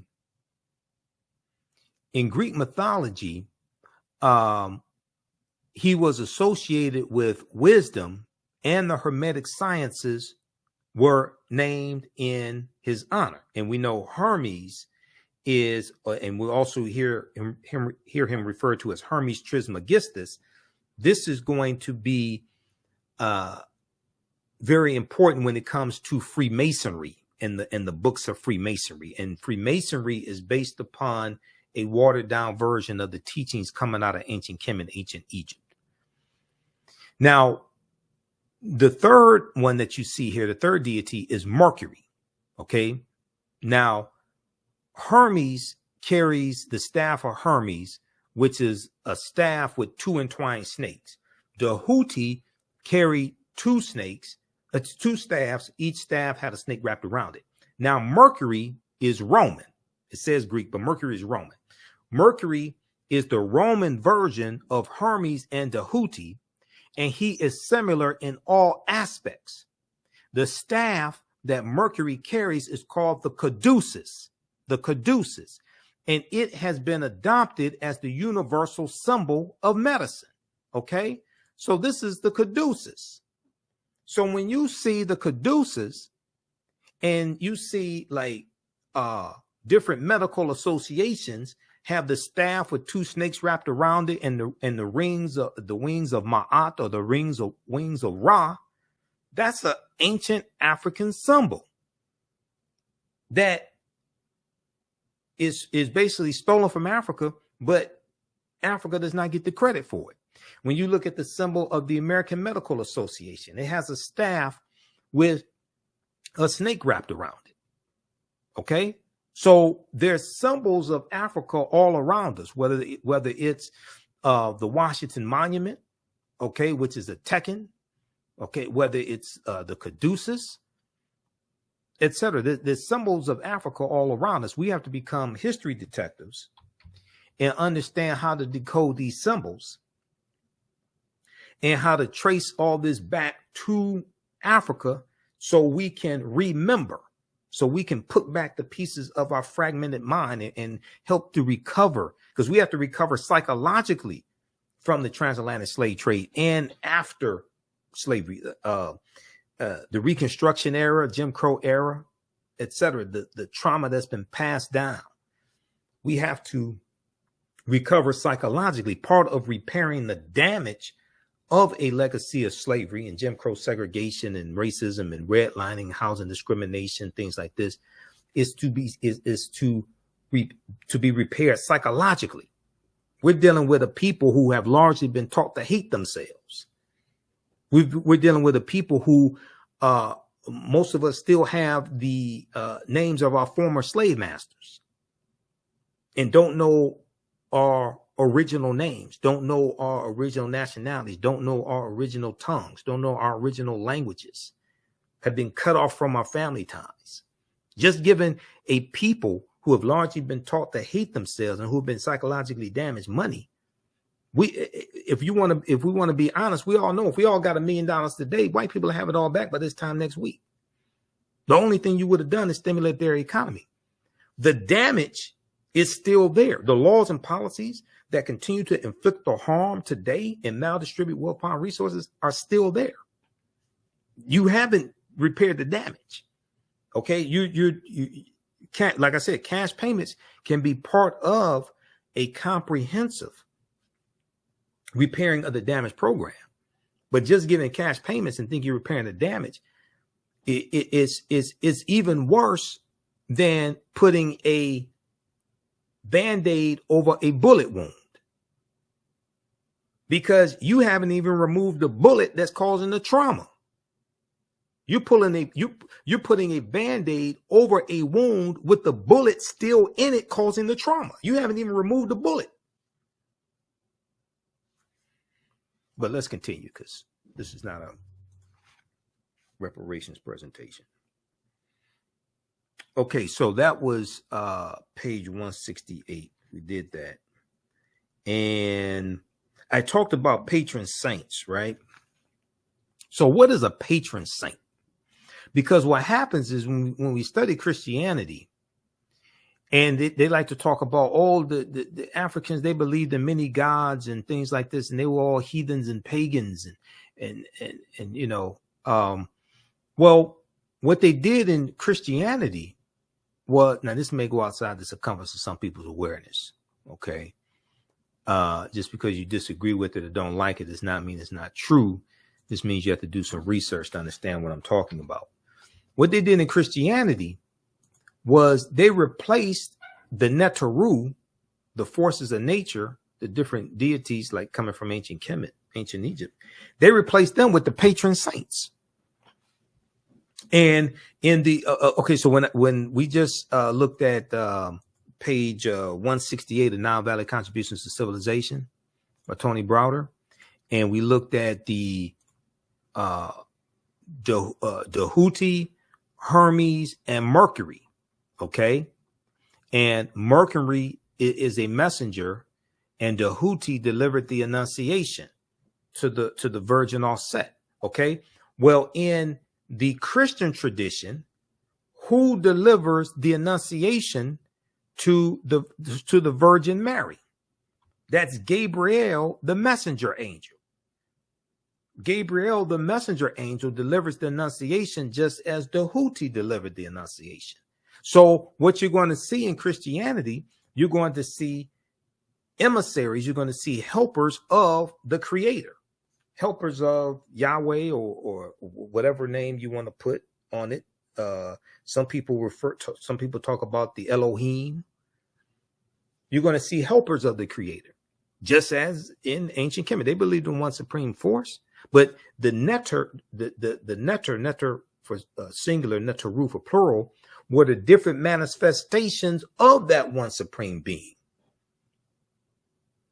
And the different neteru dealt with different aspects of nature, whether it's fertility and love, sex, things like this, agriculture, what have you.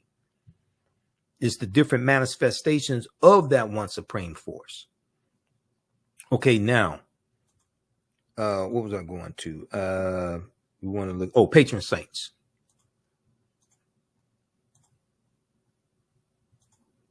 Believe me, I'm trying to hurry up and wrap this up, but I have a list here of what to get through. So I want to make sure we get through the information that I have laid out here, because this is all pertinent to understanding Easter, Oistra. What is a patron saint? If we look at Britannica Concise Encyclopedia, a patron saint is a saint to whose protection and intercession a person, society, church, place, profession, or activity is dedicated. The choice is usually made on the basis of some real or presumed relationship, like St. Patrick is the patron saint of Ireland because he is credited with introducing Christianity there. Now, Patrick, this may go outside the circumference of some people's awareness. Patrick was a mass murderer. He killed thousands of Druids. I talked about this in my St. Patrick's Day broadcast, and we dealt with the history of Patrick, former British slave. Patrick wasn't Irish, he was British.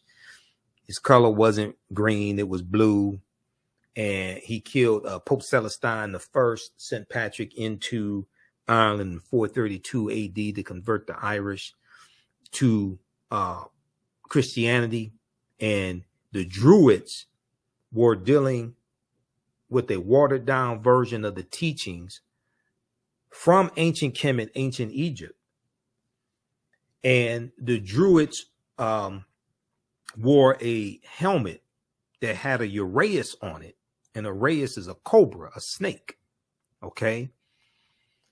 And so when they talk about Patrick driving the snakes out of Ireland, well, first of all, Ireland is a cold climate, and Ireland is an island.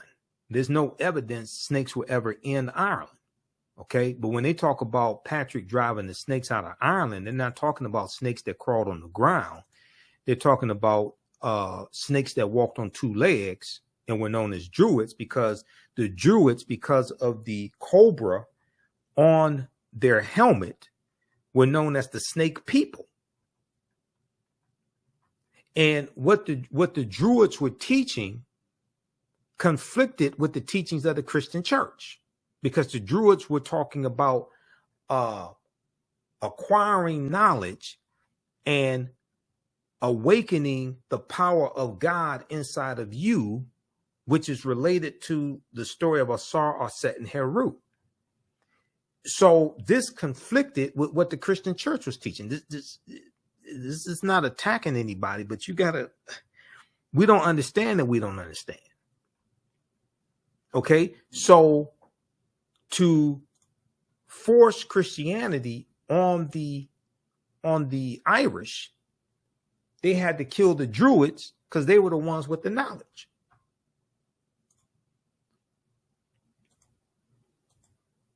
Let me bring up this. I'm trying to bring this one up here. Hold on. This slide, this deals with the Druids. Which one is that? Okay, yeah. Understand the transatlantic slave trade. Okay, because we go deep into this in the class. Where's the slide on the Druids? Right here.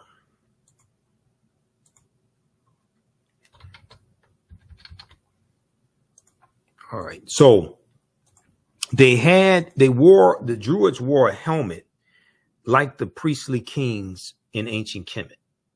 Okay. And the word Druid in Old Irish means he who knows, he who knows.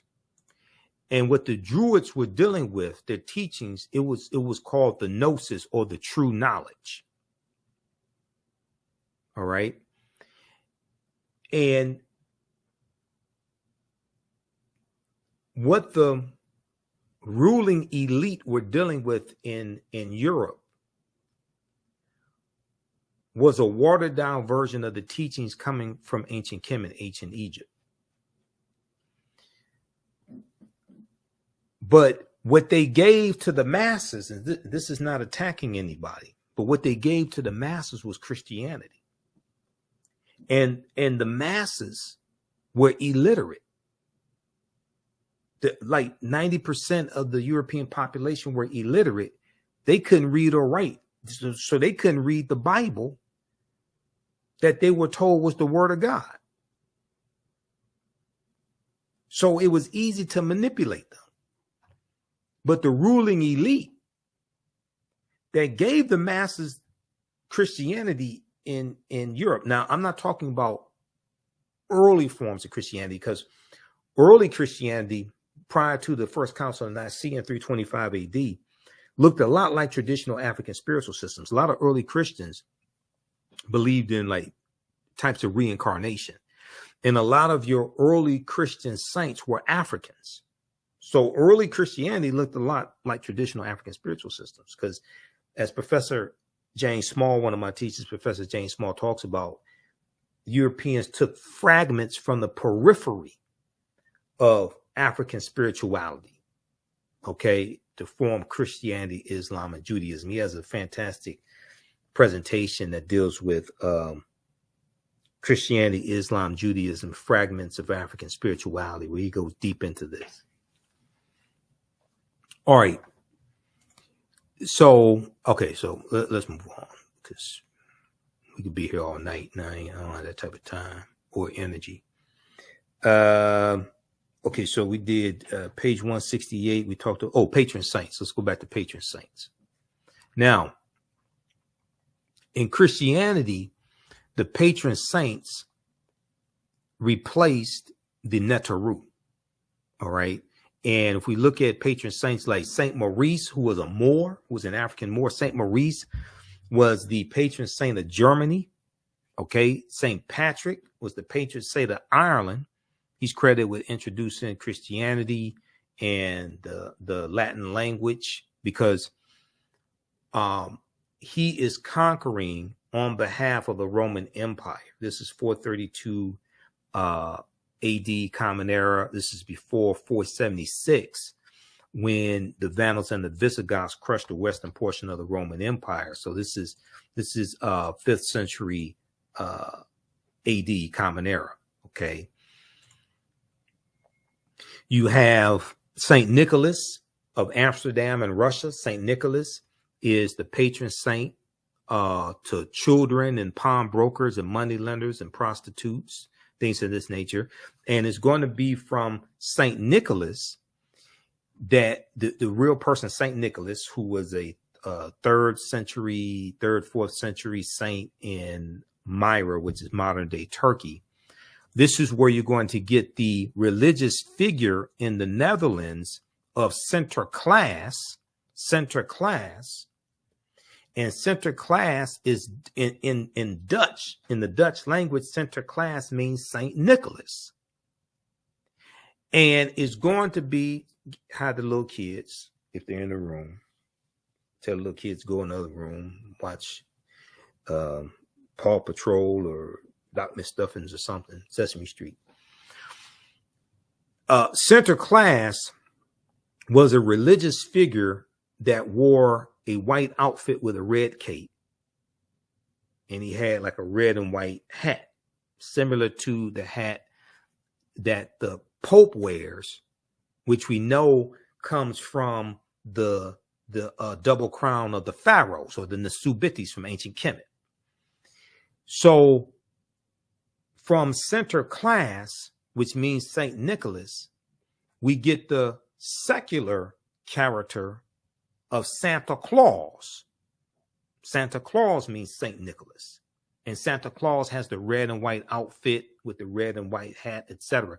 Now, the depiction of Santa Claus is credited, the jolly fellow with the red and white outfit, that's credited to a cartoonist named Thomas Nast, N-A-S-T. And one of the things in literature that really popularized Santa Claus, the secular character of Santa Claus, is the poem A Visit from St. Nicholas by the Reverend Clement Clark Moore. 'Twas the night before Christmas, and all through the house not a creature was stirring, not even a mouse. Okay, so that poem has been retold thousands upon thousands of times.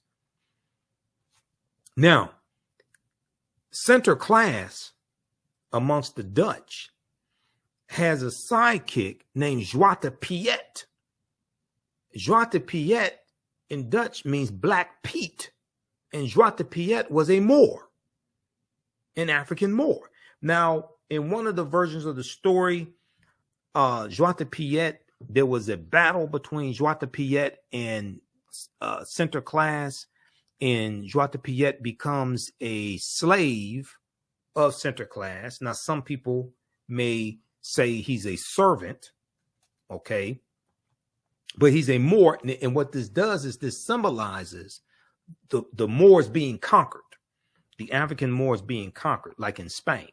Okay, now, if we look at this article here, because a lot of this information we get deep into in my 12-week online courses, because we have a section of it where we deal with the history of the Moors.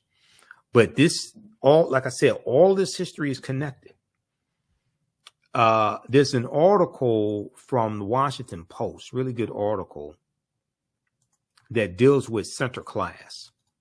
And in November, December each year, you'll see articles about protests in the Netherlands, because you'll have these white people in the Netherlands who will they'll have a parade, and they dress up as Zwarte Piet. These white people put on blackface and put on Afro wigs, and they dress up like Zwarte Piet. And more and more protests each year are talking about how this is racist, which it is making fun of the Moors. Now, you have a lot of the white people who say, oh, no, we're not racist or Zwarte Piet. You know, he's the reason why his face is black is because he slides down the chimney to let Sinterklaas in, so Sinterklaas can leave presents for the little boys and girls. And Zwarte Piet, that's soot. They say there's soot on Zwarte Piet's face. That's why he's black. It's nothing racist. No, it's soot on his face. It's not on his clothes. The soot is not on his clothes. It's just on his face. Okay. So if we look at this article quickly, Sinterklaas and Zwarte Piet, why a holiday has me talking to my kids about blackface. This is by Tracy Brown Hamilton, December 4th, 2018. So she talks about talking to a child about racism and things like this. she said, we live in the Netherlands, a country that generally prides itself on its liberal tolerance and post-race identity. Okay, she's talking about Eric Garner. The tradition, and she talks about the tradition of Sinterklaas and Zwarte Piet. On the second Saturday of November, Zwarte Piet, Black Pete, arrives in the Netherlands on a steamboat from where? From Spain. From Spain. And we know that it's the Iberian Peninsula where the Moors go into in 711 AD, led by Tariq ibn Ziyad. They go from Morocco into the Iberian Peninsula, today known as Spain and Portugal. This is where they go, and they're gonna conquer the Vandals and the Visigoths, defeat them, and they're gonna settle in what we call southern Spain and call it Al-Andalus, which basically means like to walk in the spiritual path, walk in the spiritual light. So they say that Zwarte Piet comes in from Spain because that's where the Moors go into when they go into Europe, into Spain, what today we call Spain. Okay, so arrives in the Netherlands on a steamboat from Spain, along with Sinterklaas, a towering, thin, and plushly dressed figure. Hundreds of people gather to watch the steamboat arrive, with Zwarte Piet's dancing and waving while brass band music plays until Sinterklaas disembarks on a white horse, with Piet's walking at his side to greet and offer treats to children. The ritual repeats in various cities across the Netherlands until December 5th, the same day, the name day of St. Nicholas, okay, December 5th. Zwarte Piet is, according to folklore, an assistant to Sinterklaas and of Moorish descent. He's an assistant to Sinterklaas and of Moorish descent. Now, some version of the story, he's a slave. They dress it up and say, oh, he's a servant, but it's still symbolizing the Moors being conquered. Now, traditionally, since Zwarte Piet's first appearance in a children's book in 1850, Zwarte Piet is portrayed as a very dark-skinned character with large red lips, curly black hair, and giant hoop earrings, as many Moorish men wore giant hoop earrings and giant gold hoop earrings. When Zwarte Piets appear in person, they are portrayed by volunteers in blackface. Unlike Santa Claus, who comes one night a year, Sinterklaas and Zwarte Piet stick around for a few weeks, leaving presents for children in shoes left out by the fireplace. A nightly news program called Sinterklaas Journal covers the adventures and hijinks of Sinterklaas and his servants and makes the experience both magical and believable for children. Okay, so read the rest of this here, because I don't have time to get deep into this. Sinterklaas and Zwarte Piet, why holiday has me talking to my kids about blackface. Now, the Dutch, when they're coming to the U.S. in the early 1700s, they're bringing the colonies then, because this is before the American Revolutionary War, 1775. So it's the colonies. They bring this mythological, this religious character of Sinterklaas. They bring that, and it's going to be transformed into the secular character of Santa Claus. All right, now.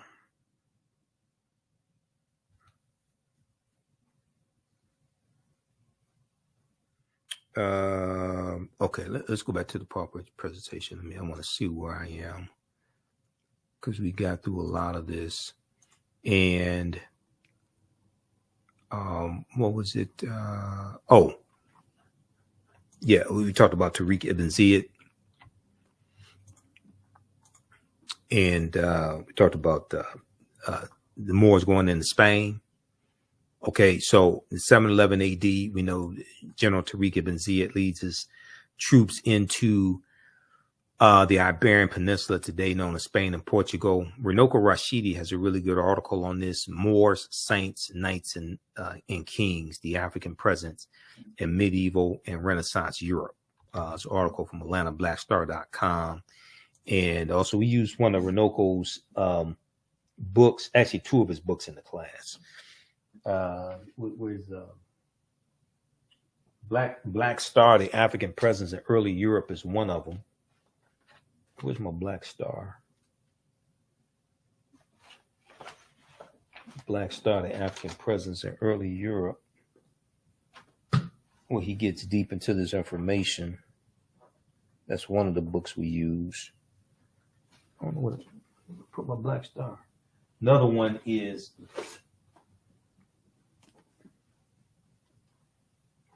this one right here, Golden Age of the Moor, edited by Dr. Ivan Van Sertima. This is another book we use. You don't have to buy any of these books to follow along in the class, but we use these as reference.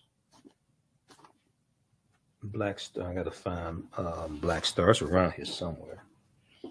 But anyway, I think I put it in this, I think it's in this stack here.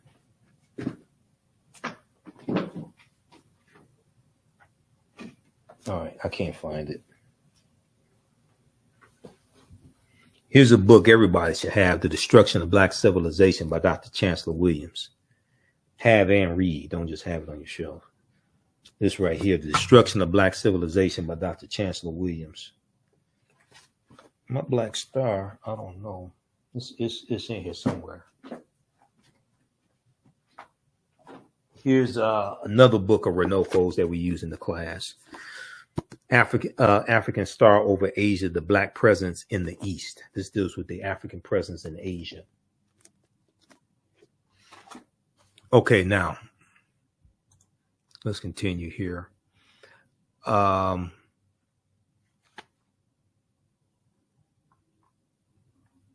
gonna wrap up here in a few minutes. When you look at Morocco, where the Moors go in 711 AD, Spain and Portugal is right above Morocco. Okay. And the Moors are going to settle in that southern portion of Spain, like I said, and call it Al-Andalus. So when we look at things geographically, it tends to make more sense for us. All right, let's see here.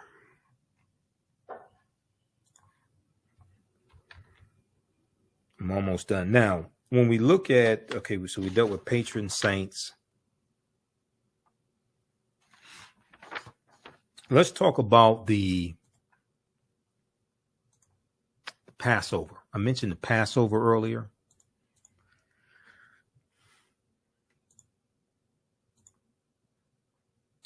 There's a good article from history.com, official website of the History Channel, called Passover.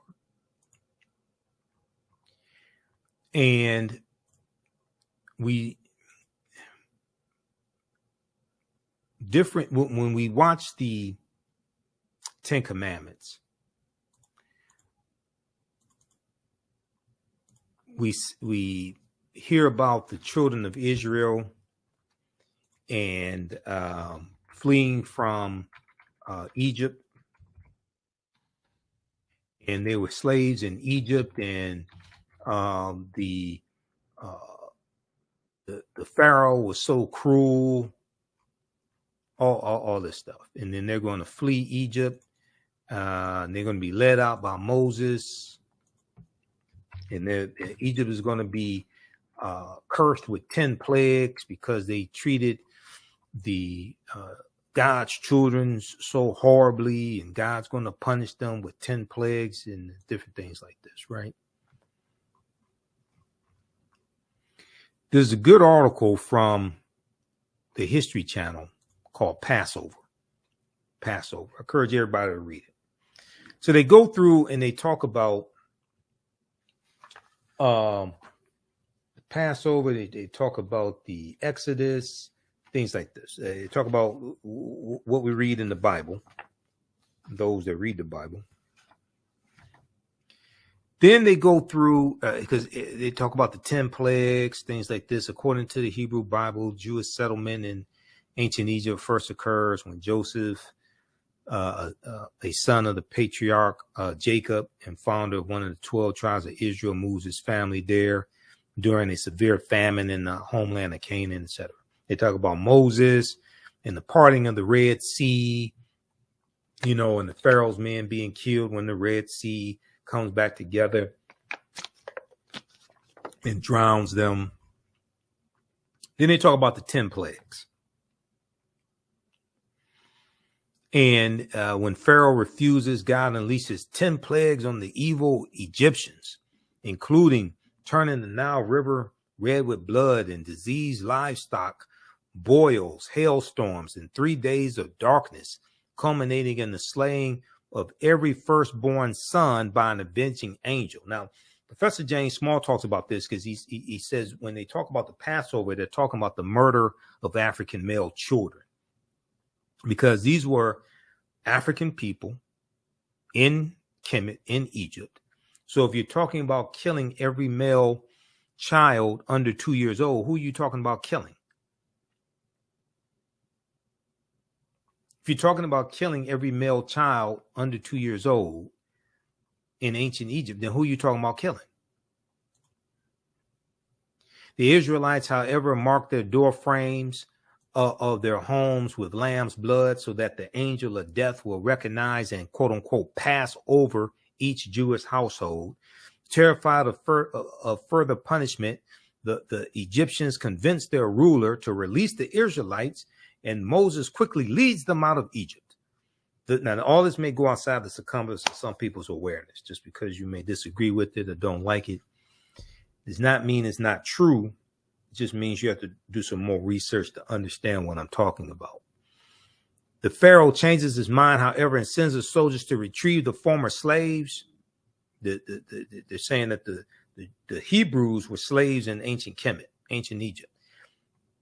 As the Egyptian army approaches the fleeing Jews at the edge of the Red Sea, a miracle occurs. God causes the sea to part, allowing Moses and the followers to cross safely, then closes the passage and drowns the evil Egyptians.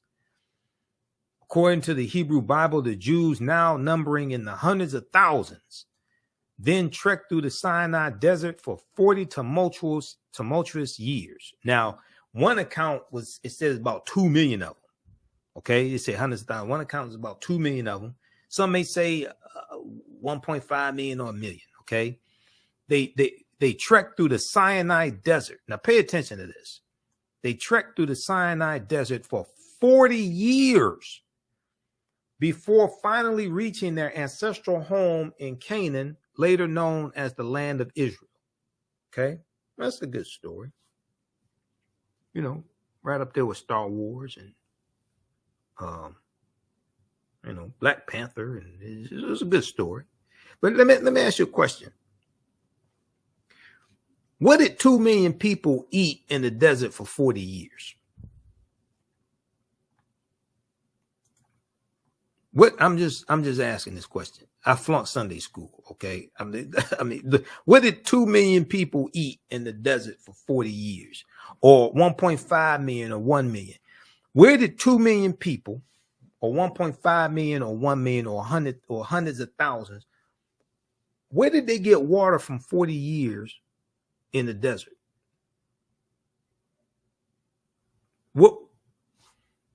Where did they get clothes from for 2 million people for 40 years in the desert?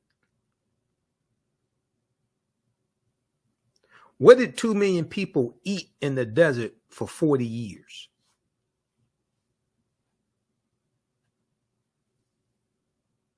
I mean, just a question I have to ask. There's a logical question. Okay. So let's continue. Now, there's a section here, and I tell you, everybody read this. Don't take my word for it. The name of this article is Passover from history.com, official website of the History Channel. It's called Passover. Okay. Where is it? Where's the title? Right here. Yeah, Passover. Go read this. Now, when you scroll down, there's a section here that will definitely go outside the circumference of many people's awareness. Like I said, I learned that from one of my teachers, Dr. Ray Hagins. Questions of historical accuracy. Questions of historical accuracy. Now, this is like the most important part of the entire article, because it says for centuries, scholars have been debating the details and historical merits of events commemorated during the Passover holiday. Despite numerous attempts, that means more than one. Despite numerous attempts, historians and archaeologists have failed to corroborate the tale, T-A-L-E, of the Jews' enslavement in and mass exodus from Egypt.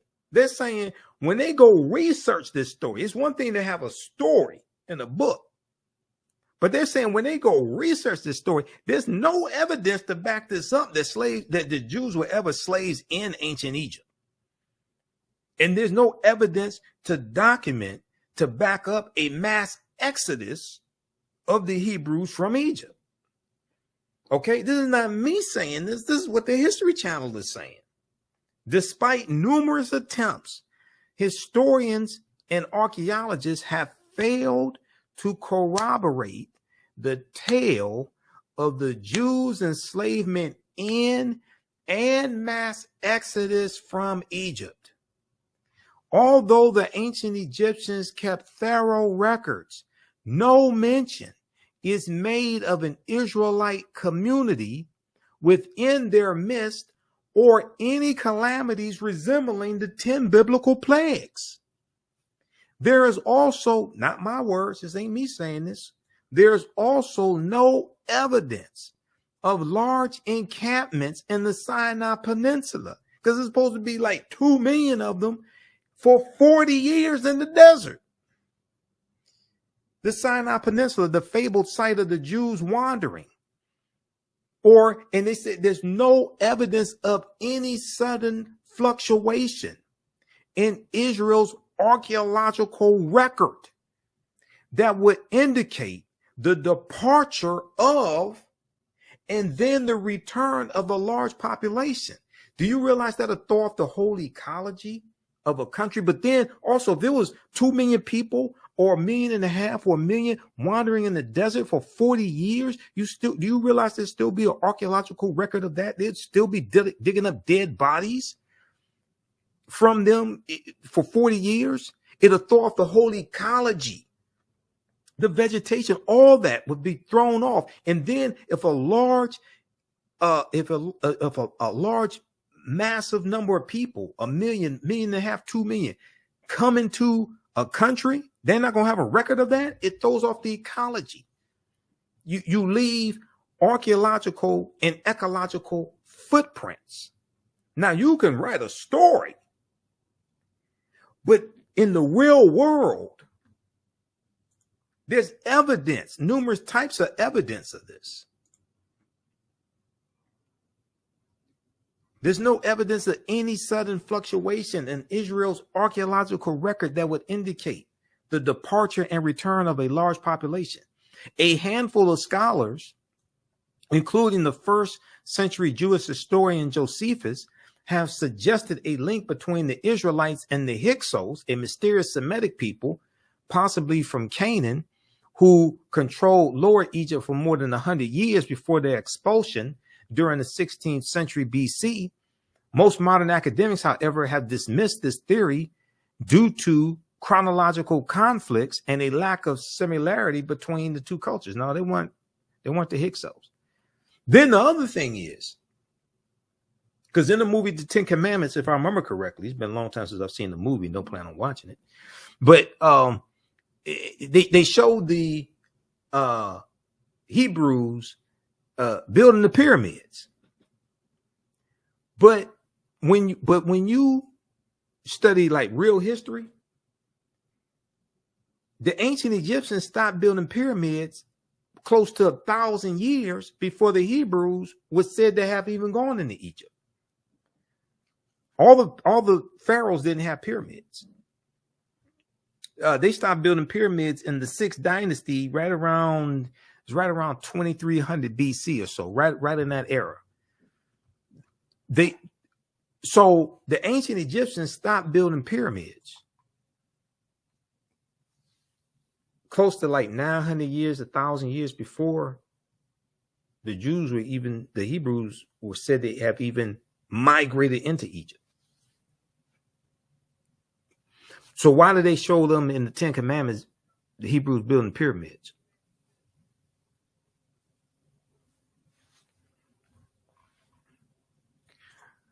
All right, now, let me see. Okay, we got through that. Same thing. I have my checklist here. Make sure we get to all this. 10 Commandments. Okay, so one last article we're going to look at here is from time.com, well, two, very quickly. The National Retail Federation has some good information dealing with the money that's involved in Easter. Once again, I'm not telling people don't celebrate Easter. Okay, you want to buy your Easter outfit and things like that and go to church. I'm not saying don't do that. I'm saying we need to understand the history behind what it is we've been taught to celebrate, so we have a better understanding of what it is that we are participating in. And once you have all the information to understand this, you decide you want to still participate in Easter, that's fine. But once you have more information, it may alter or change how you decide to participate in these European holidays. So National Retail Federation, NRF.com, has information on Easter. Seeds planted for record high Easter spending, a closer look at what's driving the expected $24 billion in spending, which is up from about 20 million from about 20 billion in 2022. Is going to be an egg-citing Easter. Who the hell wrote this? With consumer spending for the holiday expected to reach a new high of $24 billion by the 81% of Americans who say they're celebrating, according to the annual survey from the National Retail Federation and Proper Insights and Analytics. Okay, National Retail Federation and Proper Insights and Analytics. Here's a closer look at how some consumers are making their springtime celebration memorable. Decorations and flowers blooming to new heights. Okay, so they go through and break all this stuff down. But it's expected $24 billion will be spent during the Easter season, buying clothes and Easter eggs and chocolate Easter eggs and jelly beans and all different types of things, like Easter baskets and all different types of things like this. Okay, so check this out from the National Retail Federation. They have information there on Easter. Seeds planted for record high Easter spending.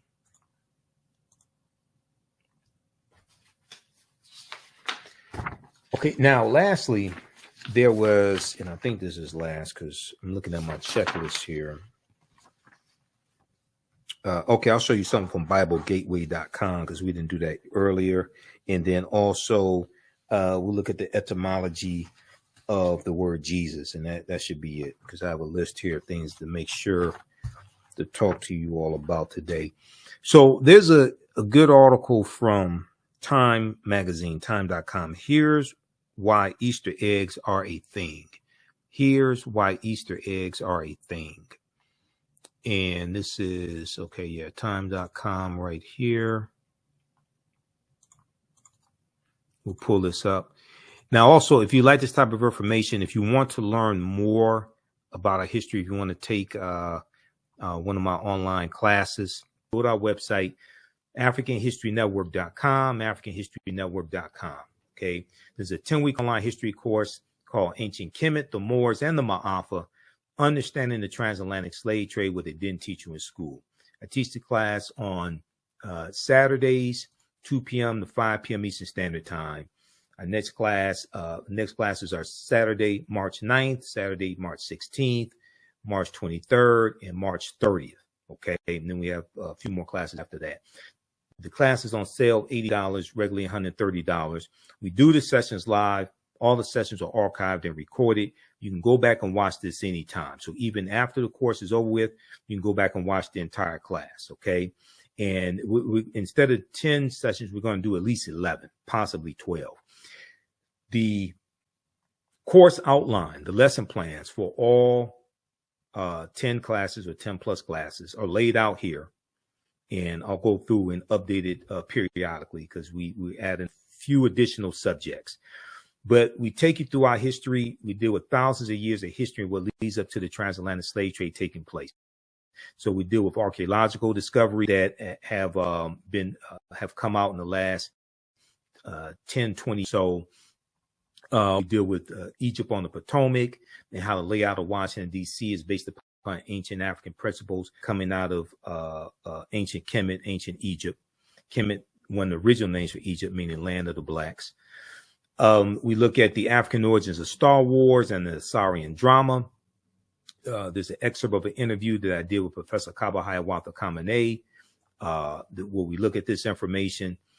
We look at the Hannibal Barca and the Punic Wars, okay, and especially the Battle of Cannae, 216 BC.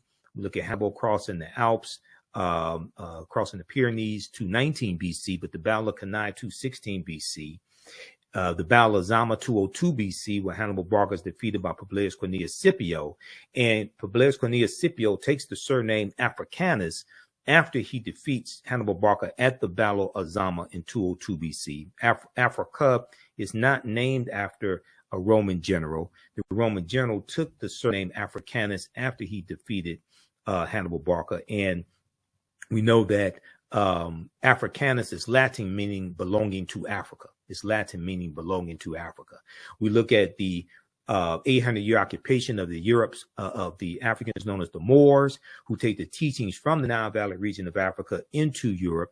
And this is going to bring Europe out of the Dark Ages. Okay. And we see the rise of Spanish conquest. We look at Christopher Columbus, and Columbus is essential to the expansion of the transatlantic slave trade and the exploitation of indigenous people and the exploitation of African people also. Okay. So we go through and look at this history chronologically. We also look at the fake Willie Lynch letter 1712. Willie Lynch never historically existed. I wish we would just throw the Willie Lynch letter in the garbage can where it belongs. It's ahistorical. There are words in the Willie Lynch letter that didn't even exist in the early 1700s. Okay, the sentence structure, the syntax is not what they is not coming from England. That's a 20th century sentence structure, and their words from the 20th century, from the industrial and the automotive industry, things like that are in that letter. That was written about 1970 by Dr. Kwabena Ashanti, who's come out and admitted he wrote the Willie Lynch letter, and is Professor Manu Ampim, who I'll be interviewing later this month, who exposed Dr. Kwabena Ashanti as the author of the Willie Lynch letter. It's a fraud. Dr. Kwabena Ashanti meant well, but I think it's done more harm than good. Okay, so you can register for that course at our website, AfricanHistoryNetwork.com.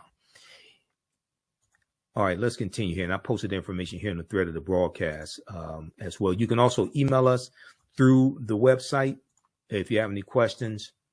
Right here where it says contact the African History Network, you can email us through the website right there. You can email us also, okay? And if you want to support us through PayPal or Cash App, let's see, we have a preview of the class here, and we have information for the African History Network show, Sundays, 9 p.m. to 11 p.m. Eastern Standard Time. We broadcast on my social media platforms. And we have our audio podcast on iHeartRadio, iTunes, Castbox, FM Player, TuneIn. It's about 9 different audio podcast platforms. Okay. And you can support us also through PayPal and Cash App right here. $ the AHN show through Cash App, $ the AHN app. Click on the link here. Takes you to our Cash App QR code. And I had to create this graphic because some people set up fake African History Network Cash App accounts. So these other ones out here are fake ones. Our tag is $ the AHN show, SHOW. And it's like, oh, it may show my picture when you go to it also. But we have, click here on the link. We have the actual QR code. And this is our, you can support us through PayPal also, paypal.me/the AHN show. Okay, if we look at this article here from Time Magazine, name of this article is Here's Why Easter Eggs Are a Thing. Here's Why Easter Eggs Are a Thing. Okay. And this is by Olivia B. Waxman, April 6, 2023. It was updated. I want to scroll down, look at this piece here. The origin story of Easter eggs in medieval Europe. The origin story of Easter eggs in medieval Europe starts in medieval Europe, but it may or may not have originated with Christians. According to some, the first Easter eggs actually belong to a different religious tradition. Quote, many scholars believe that Easter had its origins as an early Anglo-Saxon festival that celebrated the goddess Eastre,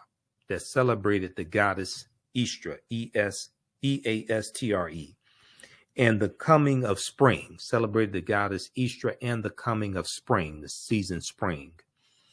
In a sense, a resurrection of nature from after winter. In a sense, a resurrection of nature after winter.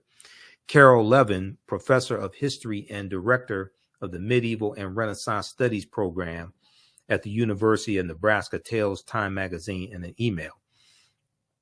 Quote, some Christian missionaries hoped that celebrating Christian holy days at the same times as pagan festivals would encourage conversion, especially if some of the symbols carried over, especially some of the symbols that the quote unquote pagans were celebrating carried over to the new Christian celebrations. Eggs were part of the celebration of Easter. Apparently, eggs were eaten at the festival and also possibly buried in the ground to encourage fertility. So this is where like the Easter egg hunt comes from, because they were burying eggs in the ground. So then you go have an Easter egg hunt to go find these multicolored eggs. Okay. And they have different colors, different bright colors to represent spring and rebirth. So read the rest of this article here. Here's why Easter eggs are a thing from Time Magazine, time.com. All right, now, lastly here, I didn't get a chance to go to BibleGateway.com, First Corinthians,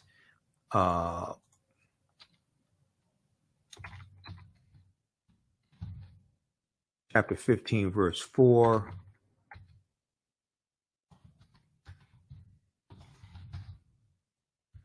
As this goes back to what we're talking about in the beginning, and it deals with the resurrection. Let's see. This is what I want here. Buried. Okay, right. So let's look at this quickly here. BibleGateway.com.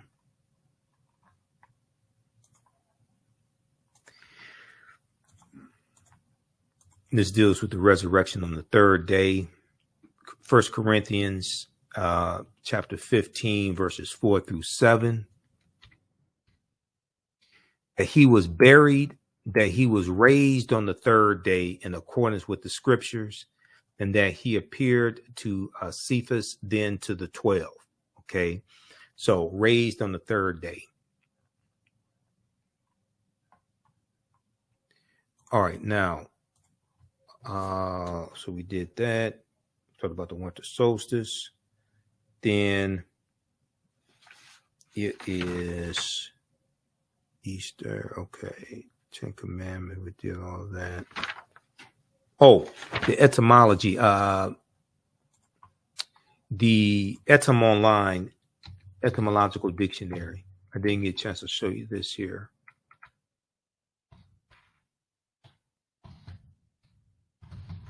Etymonline.com. You look up Jesus in the dictionary. You want to go to use an etymological dictionary, or you can use Webster, not Webster, not Emmanuel Lewis, but Merriam-Webster. Okay, that's fine. You can do that. But the etymological dictionary, this is the one I use. Etymonline.com. This is one of the ones I use. I use different dictionaries and encyclopedias. This is online etymology dictionary. This is etymonline.com. You look up Jesus, and what does it show here? Personal name of the Christian Savior, late 12th century. It is the Greek form of Joshua. It is the Greek form of Joshua used variously in translations of the Bible. It's from the late Latin Iesus, I-E-S-U-S, Iesus, properly pronounced as 3 syllables. From the Greek, I'm not sure how to pronounce this, I-E-O-S-U-S, which is an attempt to render into Greek the Aramaic Semitic proper name, Jeshua, which is in Hebrew, Yeshua or Yahshua. And so Yeshua is Hebrew. Yeshua means Jah is salvation. Jah is salvation. This was a common Jewish personal name during the Hellenizing period. It is the later form of the Hebrew Yahshua, Y-E-H-O-S-H-U-H. Okay, so read this. So Jah is salvation. So when you listen to reggae music and you listen to Rastafarians and things like this, they're talking about Jah.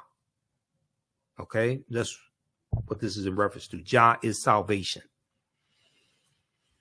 I told you all this is connected. You listen to Bob Marley and they talk about, different types of reggae music. They talk about Jah. That's what this is in reference to. This is all connected. All right, now,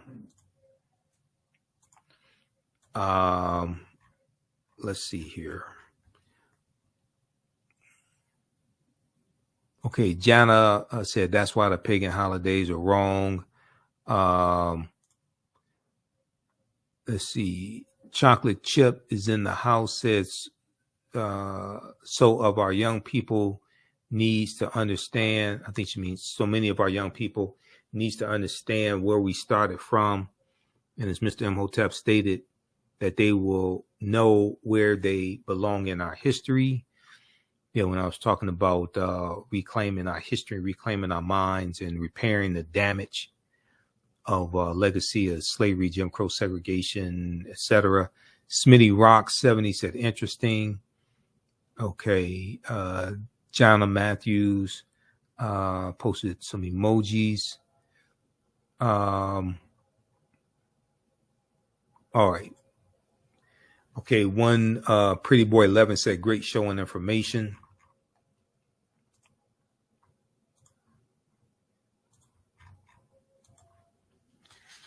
All right, so I think I covered everything. So we went longer than I had anticipated, but this is a lot of information. Like I said, this is all this history is connected together. And I have a lot of this information. I teach a lot of this history. So it is what it is. All right, well, look, be sure to follow us on our Facebook fan page, The African History Network, The African History Network.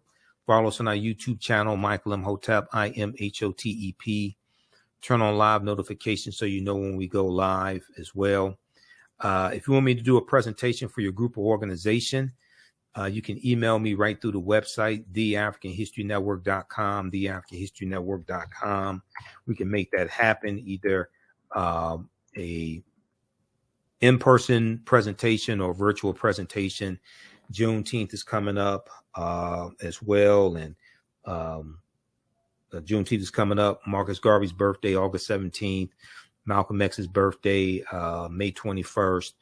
Different celebrations, festivals are coming up. So you can email me at ahnshow@theafricanhistorynetwork.com or email me through the website. Be sure to register for the online courses that I teach also. And that's going to do it for us, okay? So hopefully you learned a lot today. And be sure to follow us on our social media platforms. Oh, Instagram. It's Michael Imhotep on Instagram, IMHOTEP, Michael Imhotep on Instagram also. We have to get out of here. Remember, right down is correct wrong behaviors, not over till we win. Wakanda forever.